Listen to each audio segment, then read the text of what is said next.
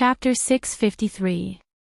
In Jiang Pingji's opinion, those stubborn believers were like ticking time bombs. They must not be allowed to live.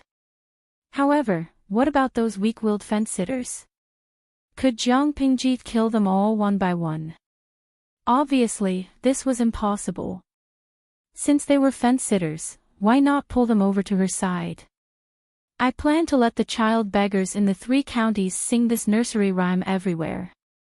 I don't believe that the Red Lotus group can cause any trouble. In fact, this nursery rhyme was the result of a discussion between Jiang Pingji and the 150,000 idle spectators. It was simple, easy to understand, and catchy. With Jiang Pingji's manipulation behind the scenes, she was not afraid that it would not be sung well enough. Even if the illiterate old woman heard it, she could easily understand the meaning behind it. Yang Si thought about it carefully. It was indeed feasible. Most of the people were ignorant and did not have their own judgment. If the Lord killed all the stubborn believers of the Red Lotus group in a thunderous manner, it would inevitably provoke a crusade from the outside world. They would say that the Lord was cruel and heartless. In this way, the Red Lotus group would be whitewashed and become a white lotus that was bullied by evil forces. The real good people would be attacked by the common people. Instead of that, it was better to occupy the moral high ground.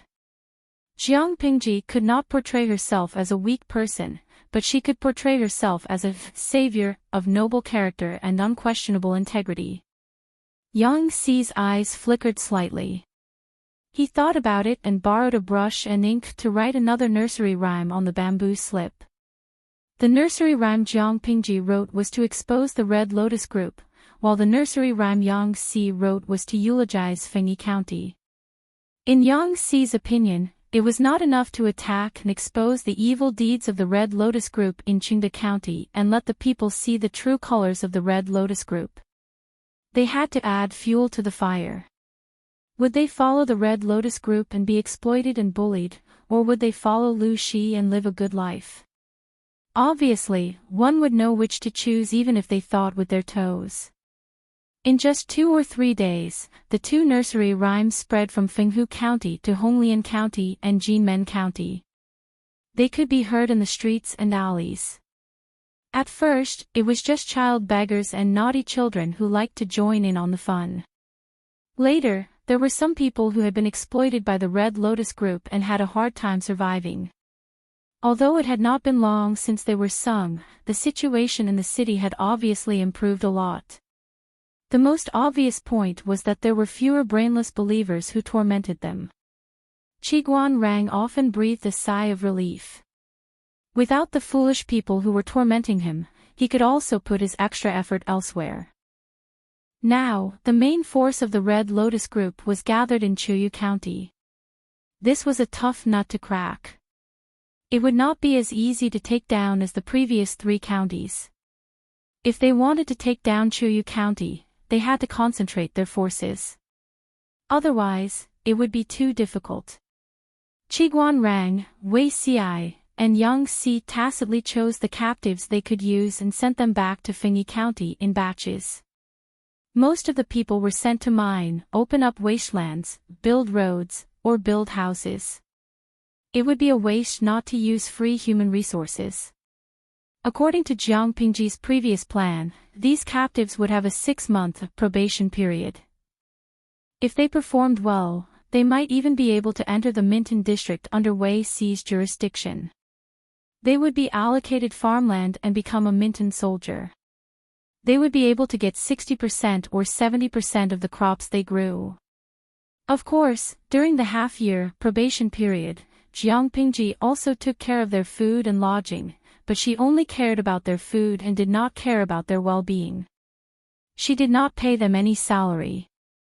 In order to appease the captives and prevent them from causing trouble on the way, these welfare conditions had been agreed upon in advance.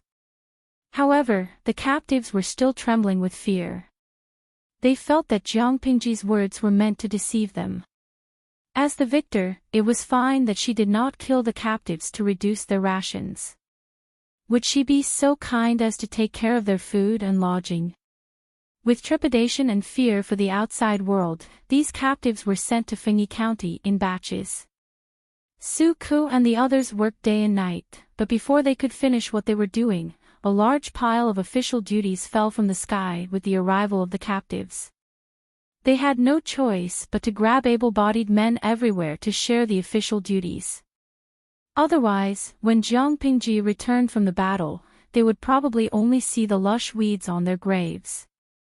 The women's department in the government office had the most profound experience. Among them, there was a girl with a plump figure.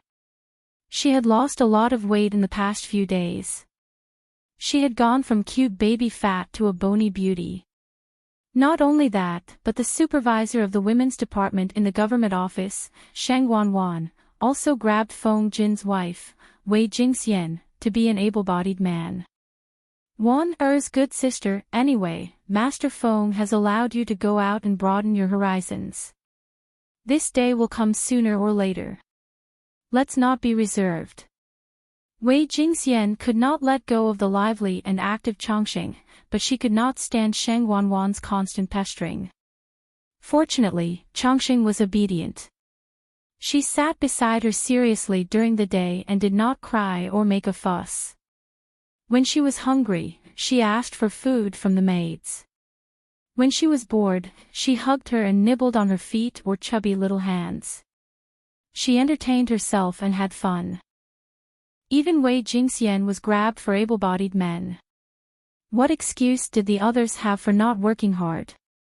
Feng Zhen, who had always loved to have fun, was now so tired that even his occasional addiction had disappeared, not to mention drinking and finding beauties. Sure enough, he was busy for a while, then busy for a year. What 7 days off, eating, drinking, and having fun were all lies. Even on the night of the new year, he hugged a stack of official documents to sleep. He was not a warm and fragrant lady. To prevent the captives from causing trouble, they were not gathered in one place. Instead, they were scattered and sent to different places. There were more than 30,000 captives. It sounded like a lot, but the number of people sent to different places was not that many. There was no need to worry about them causing trouble. When the gentry in Shangyang County heard the news, they all kept quiet out of fear. A strong sense of crisis spread in their hearts. If they caused less trouble, Feng Jin and Feng Zhen would naturally be much more relaxed. On the other side of the story, while Jiang Pingji was secretly promoting nursery rhymes, she was gathering her troops. She was valiantly and energetically marching towards Chuyu County. Excluding the troops stationed in the 3 counties, Jiang Pingji had only 8,000 elite troops at her disposal. With 8,000 troops, the Red Lotus Group in Chuyu County had 40,000 to 50,000 troops. It would be fine if the Red Lotus Group continued with their internal strife, but if they worked together to resist the foreign enemy, Jiang Pingji would have a hard time.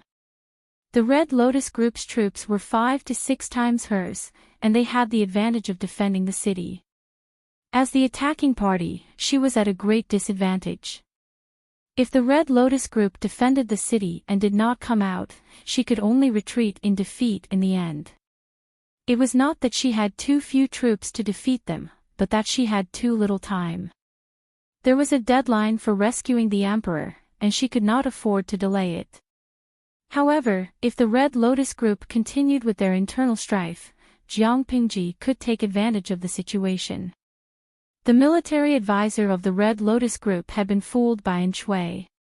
He had finally sobered up from his rage. He immediately sent out an envoy to try to negotiate peace with the second-in-command. The most important thing now was to unite the forces of the Red Lotus Group and fight against the traitor Lu together. They should not allow the outsiders to take advantage of the internal strife. The second-in-command hesitated and did not agree immediately. Jiang Pingji was frowning in the tent. If the Red Lotus Group really unified and they were determined to defend the city and not leave, it would indeed be difficult. At that moment, the guard sent a message. Wei Ci was outside, requesting an audience. Jiang Pingji said calmly, "Invite him in." Wei Ci had come with a solution for Jiang Pingji. "I hope that my lord will allow me to persuade the rebels of the Red Lotus Group to surrender." Jiang Pingji's eyebrows twitched fiercely. Was he tired of living to persuade them at a time like this? She did not object immediately, but her expression showed that she did not agree. Wei Ci pursed his lips and did not speak. He looked straight into her eyes. Chapter 654. Jiang Pingji had thought that Wei Ci would back down, but she seemed to have underestimated this guy. He could be so stubborn. You should know very well what kind of people the Red Lotus Group is. You're going to lobby them at this time. Wei Zixiao, do you think your life is too long? The Red Lotus Group doesn't care about no killing of envoys when two armies clash. If I were in their shoes, I would be the first to kill whoever dares to send someone to lobby me at this juncture. Jiang Pingji's voice fluctuated a little. She asked, "Are you really not afraid of death?" Wei Ci smiled instead of getting angry. His expression softened a lot, as if he had a soft light filter. He said, "Of course I'm afraid." It was human nature to be afraid of death. Even though Wei Ci had been reborn, every time he thought of the scene of him drawing his sword to commit suicide, he still felt a trembling fear. However, if he could turn back time once, he would still choose to do so. Life was indeed precious, but to Wei Ci, some things were more important than it. It's good that you're afraid. Take good care of your life. Jiang Pingji didn't even look up. She gestured for Wei Ci to leave. Wei Ci said, "It's precisely because I'm afraid that my life and the lives of the people are worthy of respect. I am confident that I can convince the enemy leader. If I succeed, the casualties of our soldiers will be greatly reduced. It's true that my lord is brave and good at fighting. There are few opponents in the world, but the enemy has a large number of troops and the city walls as a barrier. They can advance to attack and retreat to defend. If they defend the city and deliberately delay time, even my lord will have a big headache. While the enemy is still divided, I think that sowing discord and instigating defection is the best way." At present, the Red Lotus Group was still divided and hostile. They still had a chance. If the Red Lotus Group put aside their former enmity and joined forces to fight against the enemy, Jiang Pingji's side couldn't afford to delay at all. They needed to seize the opportunity to fight a war, and the same was true of strategy. If they delayed for a while and the Red Lotus Group became harmonious, it would be too late. Jiang Pingji was a little annoyed. She pondered for a while and finally made a decision. "If you can guarantee that you'll come back alive, I'll allow you to try." Wei Ci's face was filled with joy. Even his eyes were a little brighter. However, the audience in the streaming room was going crazy. Beauty Ci is out of her mind and wants to court death. Host, how can you not stop her? AID not enough, the Red Lotus Group is a group of bandits. They don't have the habit of not killing envoys when two armies cross swords. If they see that Simiran is good-looking but not strong in martial arts, what if they develop crooked thoughts? Host, why didn't you stop him to the end? Who wants to add drama? The streamer has taken over 3 territories of the Red Lotus Group. They hate the streamer to the core now. If Beauty Ci goes over, won't he be a ready-made punching bag? If it were any other force, I wouldn't be very worried. However, if it were the Red Lotus Group, would be very nervous. This chapter's message, the key is that Wei Ci wants to go. The host tried to stop him, but he was determined. What do you expect the host to do? The viewers in the streaming room were worried about Jiang Pingji. But she would not make decisions for him just because she was worried. Perhaps her worry seemed to Wei Ci that she didn't trust his abilities, so when Wei Ci insisted, she chose to respect him. After obtaining permission, Wei Xi changed into a simple and plain Confucian robe and left the military camp with only a few guards. That night, the second-in-command got up from his concubine in irritation. He was about to call for hot water to take a bath when the footsteps of a messenger came from outside. Second-in-command, there is a group of people outside who claim to be messengers sent by Lu Shi. They want to discuss important matters with you. The second-in-command was halfway through putting on his clothes when he froze on the spot. After a while, he reacted and revealed a malicious smile. Lu Shi actually sent people over. Interesting, interesting. I want to see who is so unafraid of death. Let them in. I'll go over right away. The second-in-command took a battle bath and changed into a new set of clothes. He tidied himself up and went to meet the messengers sent by Lu Shi. When he entered the main hall, he saw a young man in a dark green Confucian robe sitting on the table. His sitting posture was standard and his back was straight. The hall was brightly lit. The candlelight swayed and the light flickered. The young man's long, dark hair was tied into a jade crown. He was meticulous, and the color of his hair made his already delicate skin look even fairer. His eyebrows were straight, his eyes were like dots of paint, and the bridge of his nose was high. No matter who saw him, they would praise him. What a handsome gentleman with red lips and white teeth. The young man seemed to have sensed movement outside the hall. He looked in the direction of the sound. Seeing the fierce-looking second-in-command, he looked calm. It was as if he was not in the enemy's camp, but in his own courtyard. He was drinking alone at a table. The second-in-command gathered his thoughts and strode to the seat of honor. He sat down in a dignified manner and said in a thunderous voice, "You were sent by Lu Shi to persuade me." He wanted to call Jiang Pingji Lu Shi, but the second-in-command did not know the young man's specific purpose, so he showed mercy. Wei Xi bowed and said calmly, "No, my lord sent me here to point out a way for you to survive." As soon as he opened his mouth, the second-in-command's murderous intent gradually surged. He sneered, "Point out a way for me to survive." Exactly. Wei Xi was not afraid at all. He said, "You are entrenched in Chuyu district and have 30,000 strong troops. You seem to be at the peak of your power, but don't forget that there are two strong enemies outside the city. Once the two besiege the city, how long do you think you can resist according to the reserves in the city?" If Wei Xi tried to persuade him and put himself in a lower position, the second-in-command would only be more arrogant and think more highly of himself. He was here to instigate the second-in-command. The two of them should be on equal footing. Therefore, even though he was in the enemy's camp, Wei Xi did not lower his aura at all. The second-in-command snorted. His eyes were as fierce as a wolf's. He stared at Wei Xi's neck, as if thinking of how to break it. The second-in-command was disdainful and said in a rough voice, "Although I have conflicts with the sacred sect, behind closed doors, we are all family. No matter what, Lu Shi is still an outsider. In this world, who would help an outsider instead of helping their own family?" Wei Xi said coldly, "Family? Are you referring to your own family who will be killed when the time comes?" The second-in-command's face turned green.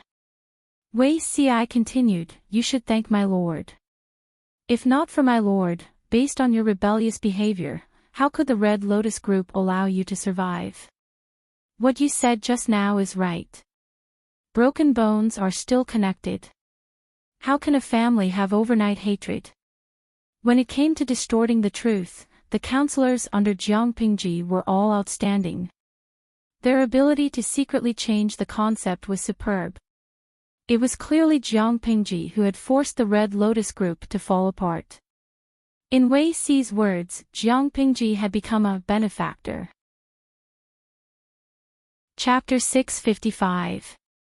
The second-in-command's face was livid. That feeling was as if the hidden thoughts in one's heart had been exposed and laid out under the sun, inexplicably shameful. So what? I can also wait for Lu Shi and the Red Lotus Group to suffer heavy losses, Wei Ci sneered. My lord controls most of Fengyi County, Shangyang County, and Qingde County. In the vast Wanzhou, there is only Chuyu County left. With such strength, how could both sides suffer? To put it bluntly, does the general think that he can run amok and ignore the heroes of the world just by relying on a mere 100,000 followers of the Red Lotus Parish? Don't you know? Previously, the Red Lotus Group had split its army of 36,000 to attack Jinmen County. There were less than 8,000 guards in Jinmen County. What was the result? They were routed like a mountain and captured more than 30,000 people. In that case, does the general still think that the Red Lotus Group can compete with my master? The second-in-command's eyes flickered with hesitation and struggle, as well as lingering fear. Just as Wei Ci had mocked him, he was like a frog in a well, looking at the sky. He thought that the Red Lotus Group had defeated the Tsing-Yi army and made them flee like rats, so they were already the overlord of the north. However, Wei Ci told him that the Red Lotus Group was actually very weak. They had 36,000 troops, but they were still defeated by 7,000 troops. This example was true, and he could not refute it. 36,000 soldiers were no match for 7,000. The 30,000 soldiers in the city did not give him any sense of security. Whether he chose to rely on the Red Lotus Group or sit back and watch the fierce battle between the Red Lotus Group and Jiangpingji, he would not have a good ending.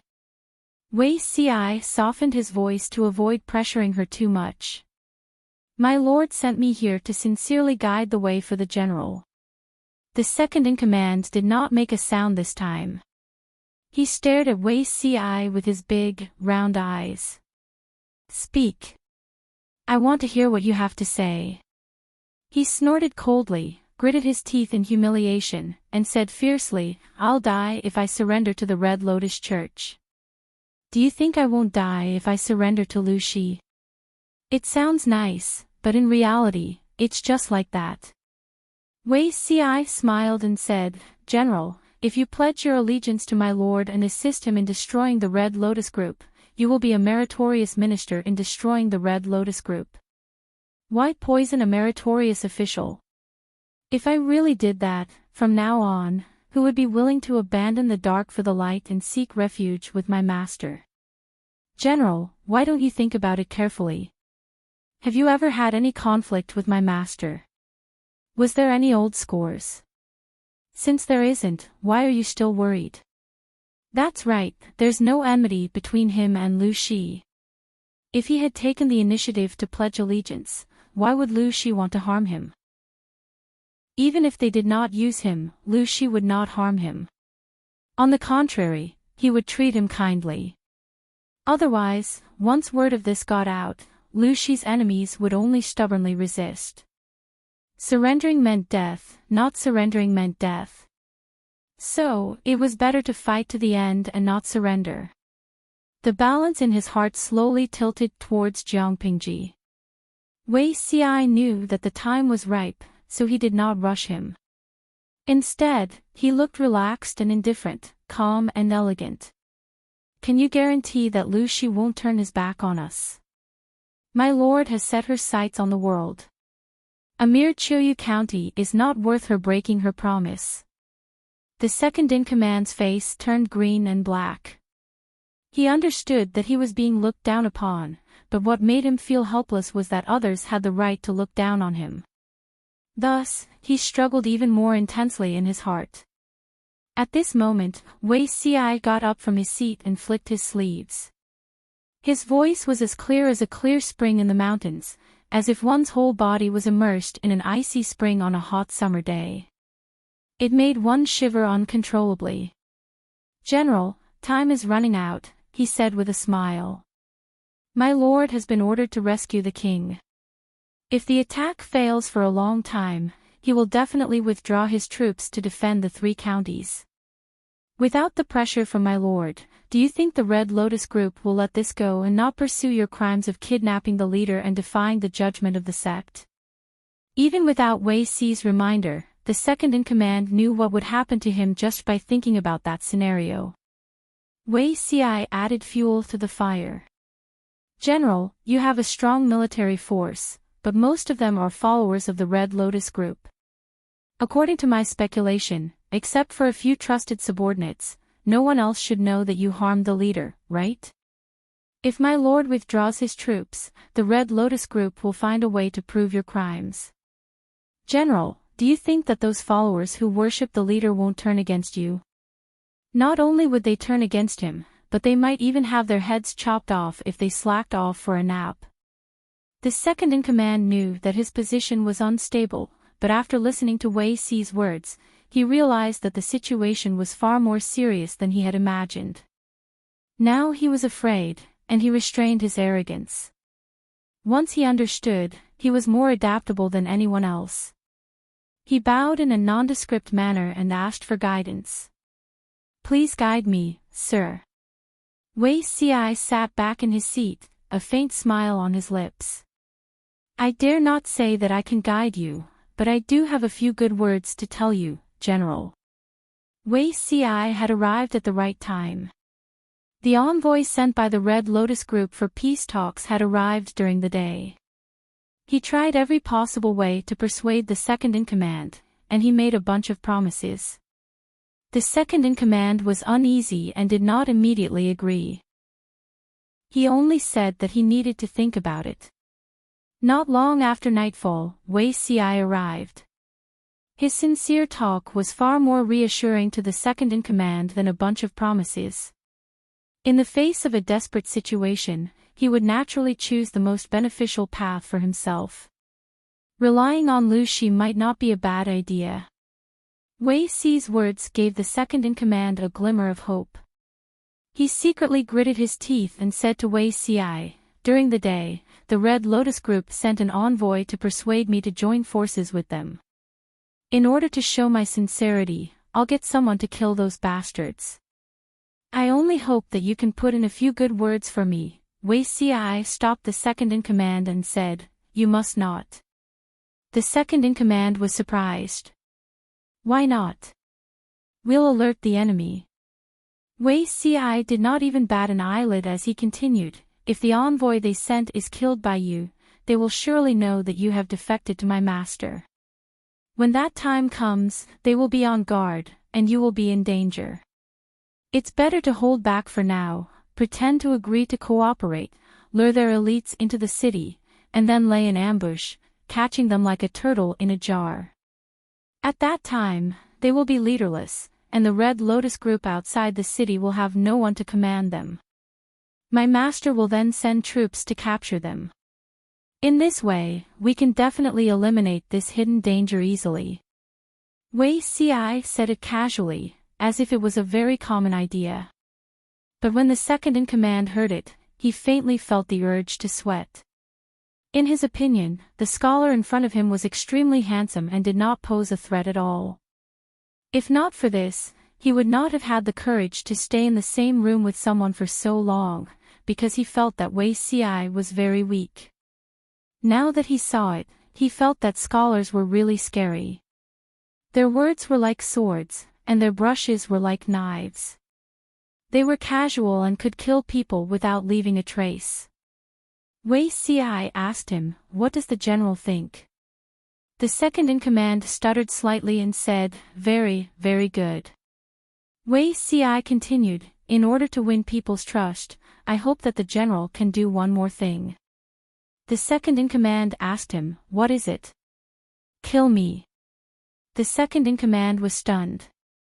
He felt that there was something wrong with his ears. Otherwise, how could he have heard such a strange request? Kill you.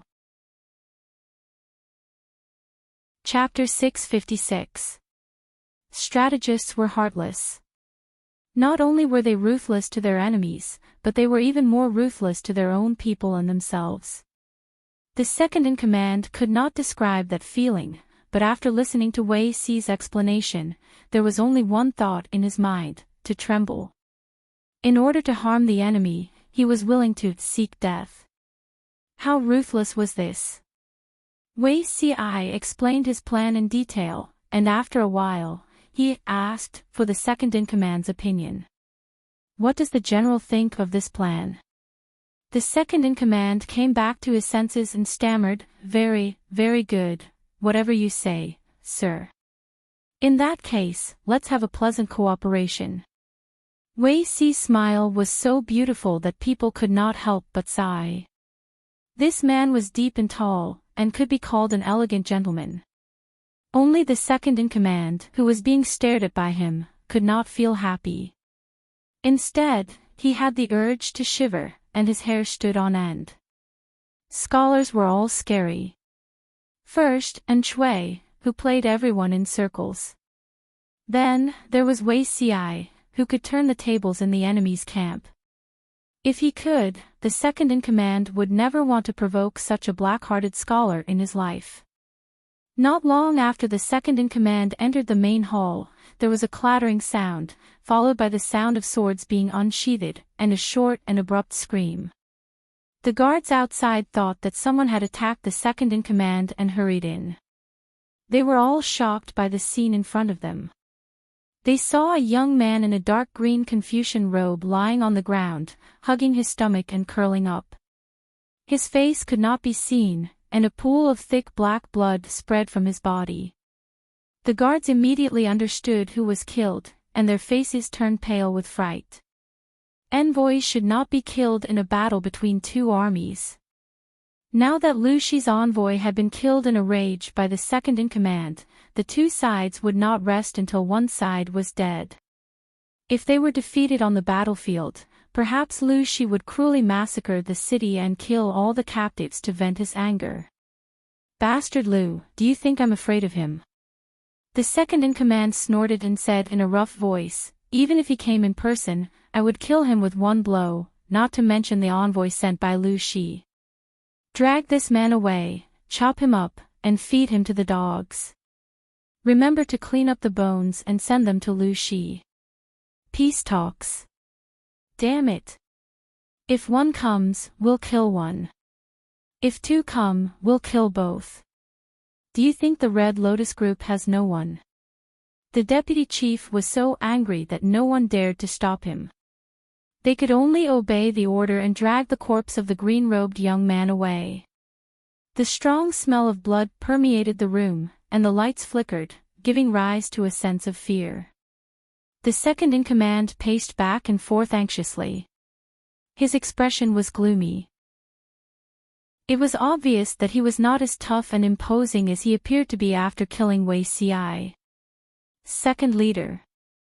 Since we've killed the envoy of that Lu thief, I'm afraid that Lu thief will receive the news that very night.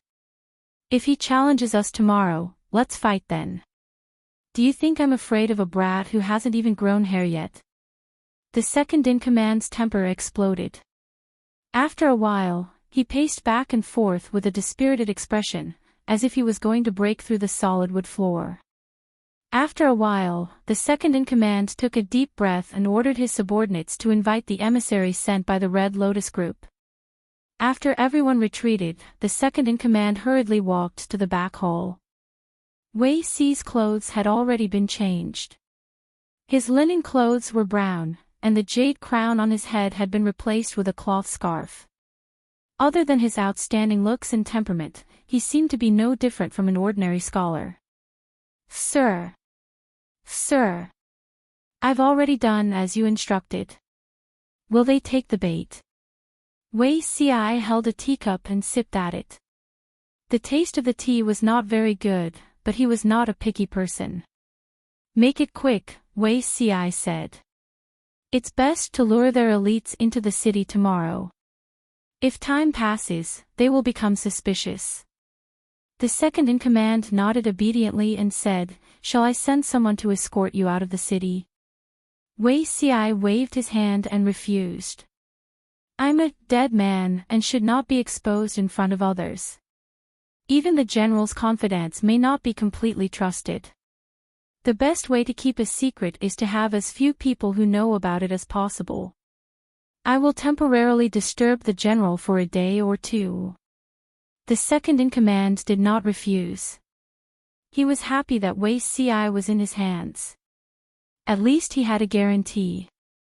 If Lu Shi went back on his word, he would have nothing to fear with Wei Ci in his hands. However, the second-in-command thought about it and thought of another more dangerous problem. Sir, I followed your instructions and returned your human bones to District Magistrate Lu. Will you really not bear a grudge against me? It would be fine if he passed the message, but if he did not, Lu Shi would chop him up without a second thought. Then he would die an unjust death. Wei Ci smiled and said, "Of course not. General, you should rest assured." In fact, Wei Ci's plan was an impromptu one. Before meeting the second-in-command, he had thought of many plans, but after seeing him in person, he overturned the previous plan and came up with a new one that was beneficial and harmless. Of course, this was also the most ruthless one. The second-in-command left confidently. Wei Ci slowly lowered his eyes. He put down the teacup in his hand, his eyes cold and fierce. Wei Ci already had the idea of uprooting the Red Lotus Group. Why would he recruit people from the Red Lotus Group into his own forces? He did not inform Jiang Pingji of this impromptu plan. In other words, the Lord was unaware of Wei Ci's death. Under such circumstances, if the second-in-command died, no one could say anything bad about her. At most, they could say that Wei Ci was black-hearted, ruthless, sinister, and treacherous. However, he did not care about his reputation for a long time, or rather, he had trained to be thick-skinned. Others could comment however they wanted, as long as they did not implicate the Lord. Yes, Wei Ci had no intention of letting the second-in-command of the Red Lotus Group live. Not long after the second-in-command killed Wei Ci in anger, the messenger of the Red Lotus Group received the news. After learning that Wei Ci had been killed, chopped into pieces of meat and fed to dogs, and that his incomplete human bones had been sent to Lu Shi overnight, the messenger was so happy that his teeth could not be seen. The second-in-command took the opportunity to express his worries. He had killed Lu Shi's trusted advisor. Wouldn't Lu Shi explode on the spot? The messenger of the Red Lotus Group also took advantage of the situation, hoping that the two sides could shake hands and make peace, and use the danger of the city walls to resist Lu Shi. When the second-in-command heard this, he agreed readily. To be honest, in terms of acting, the second-in-command was quite clumsy. However, he had a full beard, and his expression was not easy to observe. In addition, the news that the Red Lotus Group had received was too clear. Wei Ci had indeed been stabbed to death by the second-in-command. His face and body were badly mutilated, so they naturally did not suspect anything. The second-in-command had killed Wei Ci, which meant that he could no longer be recruited by Lu Shi. In the second half of the night, Jiang Pingji's tent was brightly lit. She frowned slightly, as if she had an ominous premonition. After waiting for a long time, she was about to rest for a while with her hand on her cheek when the sound of hurried footsteps came from outside the tent. "What's going on outside?" Yang Si lifted the curtain and walked in. His waist was wrapped in white linen, and his eyes were bloodshot. He was followed by two attendants. Jiang Pingji keenly smelled the scent of blood. Her heart skipped a beat, and she asked, "What's wrong?" Zixiao, he was killed. Chapter 657. Because she couldn't sleep all night, Jiang Pingji kept the live stream on. She watched a group of night owls and idle people send bullet screens to kill time. When Yang Si said that, the night owls who were still dozing off in front of the screen instantly woke up. Fat Cat Chili, wait, what the F***CK, am I hearing things? What happened to Beauty Ci? Yiwu Yenling, oh my god, don't scare me. How could something happen to Beauty Ci? How could it be? Today is not April Fool's Day. Nuo Nuo Xiang, although I always feel that Beauty Ci is delicate and weak, he doesn't have the appearance of a short life. How could something happen to him? Cat Demon June, today is April Fool's Day. I'm not listening. This is definitely a joke designed by the streamer. Yun Ruochin, Wei Ci is dead. As his veteran fan, I absolutely can't accept this result. The livestream room was in an uproar. Although the livestream room only had an upper limit of 150,000 viewers, after several years, the number of livestream fans accumulated was more than 10 million. Wei Ci's Tiaba alone had more than 30 million followers. These 30 million fans were live fans, not zombie fans. The Tiaba was abnormally active. Although these auntie groups were all here for their looks, the world was a place where looks mattered the most. Now that everyone received the news of Wei Ci's death, they suddenly felt as if two bombs had exploded in their ears. The words, Wei Ci's death, became a hot topic in minutes. Madam's fan club couldn't wait to rush into the live stream room. Jiang Pingji was also shocked, but her mental fortitude was excellent. No matter how thunderous her heart was, she remained calm on the surface. Tell me in detail what happened. Jiang Pingji's tone was unprecedentedly cold. Every word contained murderous intent. Even though there was a charcoal brazier burning in the tent, one could still feel the obvious drop in temperature. Zixiao is dead. Could it be the group from Chuyu County? Yang Si held back the grief in his heart. He gritted his teeth and endured the surging sourness in his throat. He spoke with difficulty. Hearing that Wei Ci's body had been chopped up and thrown to the wolves as food, and that his bones had been gnawed clean and sent back, Jiang Pingji's state of mind was already unstable. She was as cold as ice, and her murderous intent rose steadily. The live stream room even lost its order. She was not in the mood to care about the explosive bullet screen, and turned her eyes to the two attendants behind Yang Si. Each of them was holding a corner of a piece of white cloth, and the white cloth was wrapped around a heavy object. That was where the smell of blood came from. Yang Si said, "The thieves in Chuyu County threw this on horseback in front of the camp." Jiang Pingji stood up coldly. The two attendants put down the white cloth, revealing a pile of human bones. It was stained with dark blood, and the flesh that wasn't completely eaten was still stuck to the bones. Many places had bite marks of dogs. Jiang Pingji only glanced at him once, and her murderous gaze softened a little. She raised her hand and ordered her attendants to leave. Although Yang Si was immersed in hatred, he also noticed the changes in Jiang Pingji. His gaze then fell on the pile of fresh human bones, and his lips moved for a while. "My lord, Zixiao," Jiang Pingji scoffed and snorted. "He's not dead." Yang Si, put away that mournful expression. "This isn't Zixiao's human bones." Jiang Pingji squatted down and took out a piece of bone with blood and minced meat.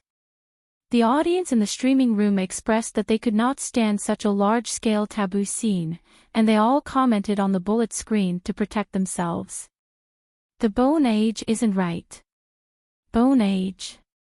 Jiang Pingji said with experience, "The bone age of this set of bones is at least 35 years old. Zixiao is only in his early 20s. Also, although Zixiao has learned martial arts, he's at most at the level of square dancing. The bone age of this set of human bones is obviously that of someone who has been doing strenuous work for a long time. Moreover, Zixiao is on the skinny side, but this set of bones is different. It's at least a size stronger than Zixiao, so he's not Zixiao." Yang Si. "Not Zixiao. Then where is Zixiao?" Jiang Pingji secretly heaved a sigh of relief, but she appeared calm on the surface. She smiled and said, "I'm afraid he's hiding somewhere," sitting back and watching the show begin. Yang Xi's expression twitched. He looked at the pile of human bones on the ground with hidden bitterness, and he secretly gritted his teeth. This Wei Zixiao. What tricks does he want to play this time? Jiang Pingji rubbed her chin and smiled faintly. In short, it's definitely beneficial to us. After Yang Xi calmed down, he regained his wits. He frowned deeply and carefully tried to figure out Wei Xi's train of thought. If Wei Xi was killed by the second-in-command out of anger, who would benefit the most? The Red Lotus Group. Because this move cut off the second-in-command's escape route of relying on Lu Shi, in order to protect himself, he could only continue to ally with his old boss, the Red Lotus Group. His old boss was also happy to accept the second-in-command and his troops.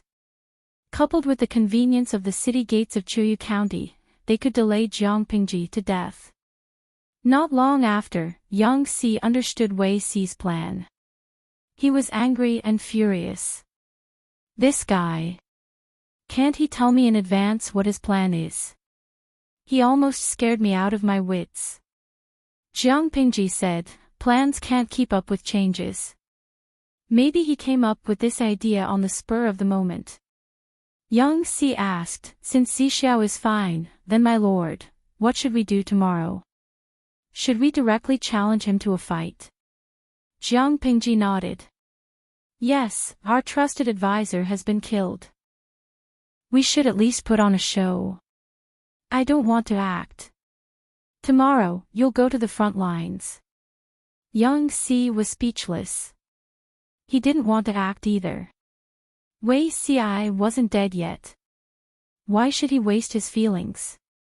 Jiang Pingji continued, Zixiao may have already instigated the one in Chuyu County to defect. Now that the Red Lotus Group is united on the surface, I'm afraid that both sides will suffer losses and fight to the death. We'll challenge them first. On the surface, we'll exert pressure, but in reality, we'll bide our time and observe the specific situation. Based on Jiang Pingji's understanding of Wei Xi, this person had probably already made a comprehensive plan. If the Red Lotus Group didn't lose everything this time, Jiang Pingji's name would be read backwards. When Jiang Pingji received Wei Xi's corpse, the Red Lotus Group outside the city also received the news. The scholar from the Red Lotus Group was not suspicious. Instead, he was secretly pleased. Although Wei Xi's reputation on the battlefield was not prominent, he was in charge of the post-war pension and the stationing of the troops. He had a high reputation among the people of Fengyi County. As Lu Shi's right-hand man, he had been hacked to death and fed to the dogs. His corpse had even been sent to Lu Shi. He would wake up laughing even in his dreams. Lu Shi had made him suffer a lot.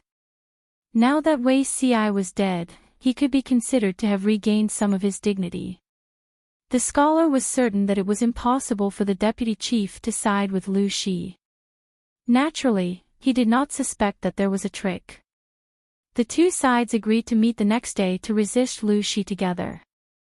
Before dawn, Jiang Pingji had already sent someone to the foot of the city to challenge them. The generals and soldiers were ready for battle. Their murderous aura shook the sky, and the war drums thundered. Even though they were far away, the people on the city walls could feel the repressed and resentful murderous intent. For a moment, everyone was in a state of panic. The deputy chief's face was a mixture of green and white.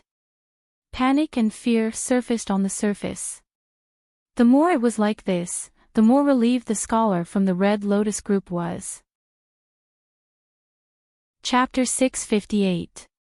When the second-in-command invited the higher-ups of the Red Lotus Group into the city to discuss the grand plan, the Red Lotus Group agreed without even thinking about it. However, they were a little more cautious.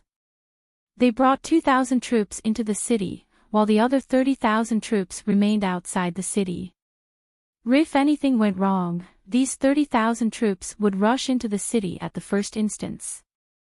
R, the second-in-command and the military advisor of the Red Lotus group, did not get along very well.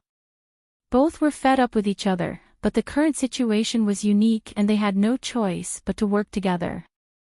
R, the scholar, had already secretly made up his mind. After they beat back Lu Shi, he would be the first to capture the second-in-command and interrogate him. R, now, for the sake of the bigger picture, he could only endure for the time being. He would let this boorish fellow run wild for a few more days. R, the scholar, was secretly calculating. How could he know that the second-in-command was also plotting against him? R, although the scholar and the others had brought 2,000 men with them, these 2,000 men were no match for the 30,000 troops in the city. On the surface, the two of them feigned civility, but in reality, they each had their own plans. No matter how the military drums sounded outside, the second-in-command still guarded the city and refused to come out. The soldiers guarding the city even cursed him loudly outside. Inside the city, the second-in-command held a banquet. The dancers and singers sang and danced to liven things up. At the same time, a group of prostitutes served them from the side. The drumming outside the city was like thunder. Even from such a distance, one could still hear it if they listened carefully. After 3 rounds of wine, they began to talk about the main topic. The second-in-command had a bitter expression on his face. He secretly rubbed his hands and grabbed the scholar beside him to complain. Each didn't dare to say that he had kidnapped the hierarch in front of everyone, so he could only change the topic and make things difficult for himself. On account of the fact that they were from the same bloodline and were like brothers, he had to help him defeat Lu Shi outside the city. The scholar's smile was very stiff. He wanted to withdraw his hand, but the second-in-command held it tightly and could not do so. Don't be anxious. Thief Lu only has 10,000 troops. How can he be a match for us? The scholar forced a smile and comforted him. Actually, as long as our two clans put aside our former enmity and work together to occupy the city walls, the traitor Lu will retreat on his own in less than half a month, the second-in-command said, but right now, they're challenging us to a fight. If we don't fight, wouldn't we lose face? The scholar said. How much is face worth? As long as we can defeat Lu Shi, our sect will be renowned throughout the world. After that, the scholar analyzed Lu Shi's current awkward situation in detail, as if he was giving pointers to the country, and his words were reasonable and well-grounded. Everyone in the hall complimented and flattered the scholar, making him feel as if he was on cloud 9. He had completely forgotten about his previous failure. Outside the city, no matter how many people Jiang Pingji sent to challenge them to a fight, the people inside the city held their ground and refused to come out. They were determined to be mute. Seeing that the sky was getting darker and darker, Jiang Pingji's eyes turned frosty. Yang Si hurried over. His footsteps were hurried, and his breathing was heavy. He shouted, my lord, I've found out the exact news. Not long ago, there was an unusual movement in the Red Lotus Group's camp. About 2,000 people entered Chuyu County. It looks like they're ready to join forces. Jiang Pingji's eyes flickered slightly, and there was a slight smile on her lips. 2,000 people? Are there any important people among them? She crossed her arms over her chest and looked up at the sky. She pondered and calculated in her heart. Yang Si was already prepared. He opened his mouth and said, according to the scout's report, the leader is probably an elite high-level member of the Red Lotus Group. But it's too far away, so the details are not clear. But judging from the clothes they're wearing, there may be 23 high-level members. The Red Lotus Group was not a regular army. Most of the members were poor people. They wore whatever they had. Many of their clothes were taken from the dead and wrapped around their bodies casually. As long as they could keep warm and not freeze to death, it was fine. Who cared if they were clean or beautiful? Therefore, in the Red Lotus Group, those who wore armor or bright clothes were basically people of status and prestige. The scouts couldn't get too close, but judging by their clothes, their identities were about 80% or 90%. Jiang Pingji narrowed her eyes, and there was a hint of danger in her gaze. She murmured, 23, Yang Si continued, although it's not clear how many high-level elites the Red Lotus group has, just looking at this number, they've taken away more than half. Jiang Pingji sneered softly. In other words, the current Red Lotus camp is basically in a state of no leader. Jing Rong, what do you think are our chances of winning if we sneak attack their camp in the middle of the night? I think we can still fight them even if they have 30,000 troops. She had fewer troops on her side, but the overall conditions were much better. They had enough clothes to keep them warm, enough rations, and the military equipment was of high quality.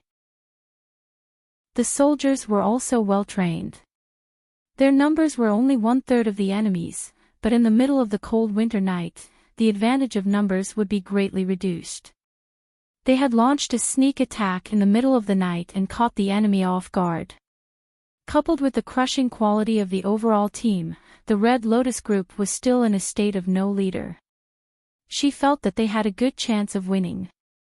Yang Si laughed and said, in my opinion, maybe this is what Zixiao, the fox, is planning. Jiang Pingji crossed her arms in front of her chest and snorted. Zixiao has already instigated the forces in Chuyu County to rebel. The Red Lotus group has brought 2,000 troops into the city. There's going to be a good show tonight. The camp outside the city had been sneak attacked by Jiang Pingji, and the city was besieged on all sides and ambushed on all sides. The Red Lotus group had not died in vain. After making the decision, Jiang Pingji ordered the soldiers to continue challenging the enemy for a quarter of an hour, then sounded the gong to withdraw. Because the people in the city refused to fight for a long time, Jiang Pingji's side had been challenging the enemy for the whole afternoon, so much so that their morale was a little low. She asked the logistics department to prepare an adequate dinner for the soldiers, then let them rest in advance to recuperate and raise their morale again. That night, the bright white moon was covered by dark blue clouds. There was not much light on the ground.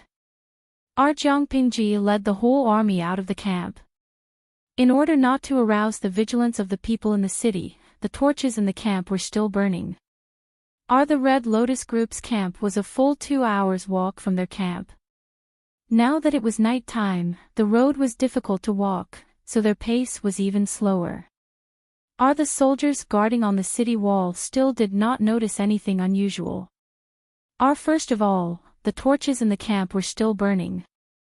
Second of all, when Jiang Pingji led the troops away, she went out from the back of the camp.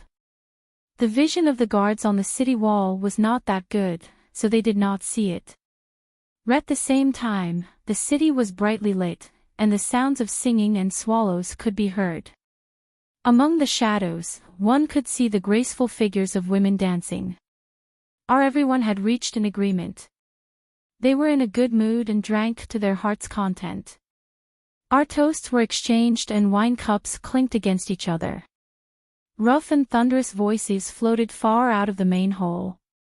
The second in command was drunk. His cheeks were pink, and his nose was red.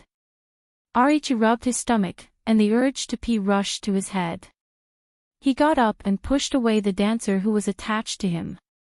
Ichi said in a loud voice, "You guys eat and drink first. I'm going to relieve myself." Everyone did not suspect anything. Chapter 659. He went to the toilet and secretly ordered his trusted subordinates to deploy troops. He asked them to quietly surround the main hall and avoid the 2,000 spies brought by the Red Lotus group. Finally, he pretended that nothing had happened and returned to the main hall to continue drinking and having fun with the others. The people in the hall were still drinking. No one realized that countless arrows had been aimed at them and that there was a murderous intent everywhere. The second in command was still urging them to drink. The scholar of the Red Lotus group had already drunk so much that he was sprawled on the table, his clothes disheveled. At the same time, a few dark shadows flipped into a remote house in the city. Sir, Wei Ci came out of the room with an indifferent expression. I'm here, we came late. Sir must have been startled. These men dressed in black and brown were the guards who had followed Wei Ci into the city. After entering the city, Wei Ci let them do as they pleased. They hid in Qiuyu County and did not need to worry about his safety. They would find an opportunity to meet up in the future. What's the situation outside? One of them said. They spread the news that Sir was killed and threw a skeleton that had been gnawed on by a wolf dog in front of our camp. Our Lord sent people outside to challenge us all afternoon, but the Red Lotus group stayed in the city and did not come out. At noon, 2,000 troops and horses entered the city and were well received. Wei Ci folded his hands in his sleeves and looked at the moon in the sky. He asked, "Do you know where those 2,000 people are temporarily staying?" One of them said, "The situation in the city is tense. We have investigated many times and have found out the specific location." Wei Ci smiled. The corners of his lips curled up slightly, revealing a faint smile. "You have done well. Now listen to my orders. Go and tell those people that the second in command of the Red Lotus group is up to no good. He lured them into the city to surround and kill them. Tell them to quickly go and rescue them." The guards were puzzled, but they still nodded in agreement. Wei Ci added, "The terrain here is remote. I will be fine hiding here. Just do your own things." It was not safe for Wei Ci to hide with the second in command, so the second in command transferred him here. This place was secluded and quiet, with few people around. It was indeed a good place to hide and conceal his identity. The guards acknowledged the order and dispersed one after another. In the middle of the night was dark and windy, a murderous night. Jiang Pingji led all the troops. Their equipment was light and they rushed all the way to the Red Lotus Group's camp. The Red Lotus Group's campsite was very shabby. There were very few torches, and the campsite was in a mess. There weren't even a few patrolling guards. In this lousy weather, the temperature in the middle of the night was very touching. Most people couldn't stand the cold and found a place to squat. The discipline within the Red Lotus group was lax, and the patrolling soldiers were lazy as much as they could. During the day, most of their superiors had left, so they were more casual.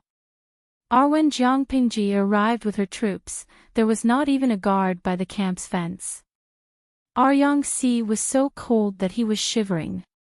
He said shakily, "Could it be a trap?" Jiang Pingji snorted and said contemptuously, "If the Red Lotus group had brains, they wouldn't have been fooled by Zixiao and Enchui." Yangxi shut up. Ri's IQ wasn't low, but he would occasionally be tricked by the black-hearted Wei Ci, okay? As for Enchui, who was a three-faced spy, he didn't want to comment further. Jiang Pingji's mental brain was developed. She was sure that there were people in the camp, and it wasn't an ambush. Order the archers to prepare the fire arrows. Everyone held their breath. Hundreds of archers took out the oiled arrows and lit them. Then, they knocked the arrows and drew their bows, shooting them into the air. At the command, the sky was filled with arrows, leaving orange trails in the air. Then, they fell into the camp like rain. The soldiers in the camp were still in dreamland. The people on night watch outside yawned continuously. They hugged their weapons and leaned against the fence to sleep. When the second wave of fire arrows fell, the tents were already burning. Only then did someone notice the commotion. They shouted at the top of their lungs, "Enemy attack! Enemy attack!" They were too sleepy. Even though they shouted like that, not many people were woken up. They were in a flurry. When someone blew the horn to signal the enemy, the fire burned from one tent to another with the help of the night wind. Our enemy attack. Wake up. Messy shouts and messy footsteps. The crackling sounds intertwined into a soul-stealing song. Ras, the sound of hooves approached, the horses neighed and landed. The gate of the camp was violently broken open. The soldiers on both sides were about to step forward to resist when they saw a flash of silver light. 2 clusters of blood bloomed enchantingly. No one would have thought that Lu Shi's army, which had been shouting all afternoon, would launch a surprise attack on the Red Lotus Group's camp outside the city in the middle of the night. Dian Yan's speed was not as fast as Jiang Pingji's. The horse he was riding on lowered its head and strode at a steady pace. Although the horse's speed was not fast, its breathing was very steady. It followed closely behind Jiang Pingji and rushed into the camp. On horseback, Dian Yan killed anyone he saw. The 2 axes in his hands were deadly. He was born with great strength. When the axes fell, he could split a person in half from the middle. Their crooked intestines spilled all over the ground. The battle cries were like a huge stone thrown into a calm lake. With a bang, huge ripples spread out. The fire burned bigger and bigger. It almost dyed the entire camp a bewitching orange-red color. Kill. Because it was in the middle of the night, most of the Red Lotus Group's soldiers were asleep. They were awakened by the noise and fire outside. Out of survival instinct, they rushed out of their tents. Their hands were empty. They had no weapons at all. Outside, there were strong enemies eyeing them covetously. Even though they had 30,000 people, they were still defeated by Jiang Pingji's troops. They only cared about escaping and did not resist. Inside the city, according to Wei Si's request, the guard disguised himself as a member of the Red Lotus Group and, hurriedly, spread the news. At first, they did not believe it. But when they saw the fire spreading outside the city, and vaguely heard the battle cries and cries, their expressions changed. Having achieved his goal, the guard slipped away amid the chaos and sat back to watch the show unfold. At that moment, someone in the hall got up in a daze and wanted to relieve himself. As soon as he pushed the door open, he saw that there was something unusual in the dark night. The orange-red light of the fire dyed half the sky red. It was like a burning cloud, or, what's that? He was in a daze. As soon as he took a step forward, his mind quivered and he suddenly remembered. Was it that the place where they had set up camp? He sobered up from his drunkenness. Cold sweat broke out on his back. That was not all. With the help of the candlelight outside, he vaguely saw some strange figures in the distance. A sense of crisis rose from the soles of his feet to his head. It made his scalp tingle and his whole body tremble. Retracted his foot, not knowing how to react for a moment. What should I do? What should I do? What should he do? He was so anxious that he was out of his wits. He hurriedly walked back and tried to wake someone up. Halfway through his shout, he noticed a pair of malicious eyes staring at him from above, like a soul-reaping messenger. The second in charge snorted contemptuously, got up, and strode away. As soon as he stepped out, the door was immediately pulled shut. Kill them. The second in charge's voice was muffled. After a while, countless arrows pierced through the paper window and shot indiscriminately into the room. The arrowheads were still on fire. The arrows pierced into the wine, and the fire spread instantly. Help, help. The fire swept through the room, and the screams in the room gradually became weaker and shorter. The second in charge sneered, put his hands behind his back, and strode away. However, he had not gone far when he heard hurried footsteps coming from outside, accompanied by shouts of killing. They were getting closer and closer. Ri's face paled. Dozens of people rushed through the heavy vermilion door. It was actually the 2,000 men brought by the Red Lotus group.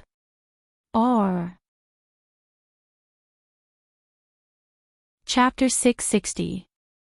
Sure enough, it's messed up. This Wei Zixiao has a very strong heart. Yang panted heavily as he gripped the reins with all his might to prevent himself from falling off the horse's back. He looked rather pathetic. After being tossed and turned, the originally neat scholar's robe became wrinkled. Every time he took a deep breath, the cold wind would pour into his mouth.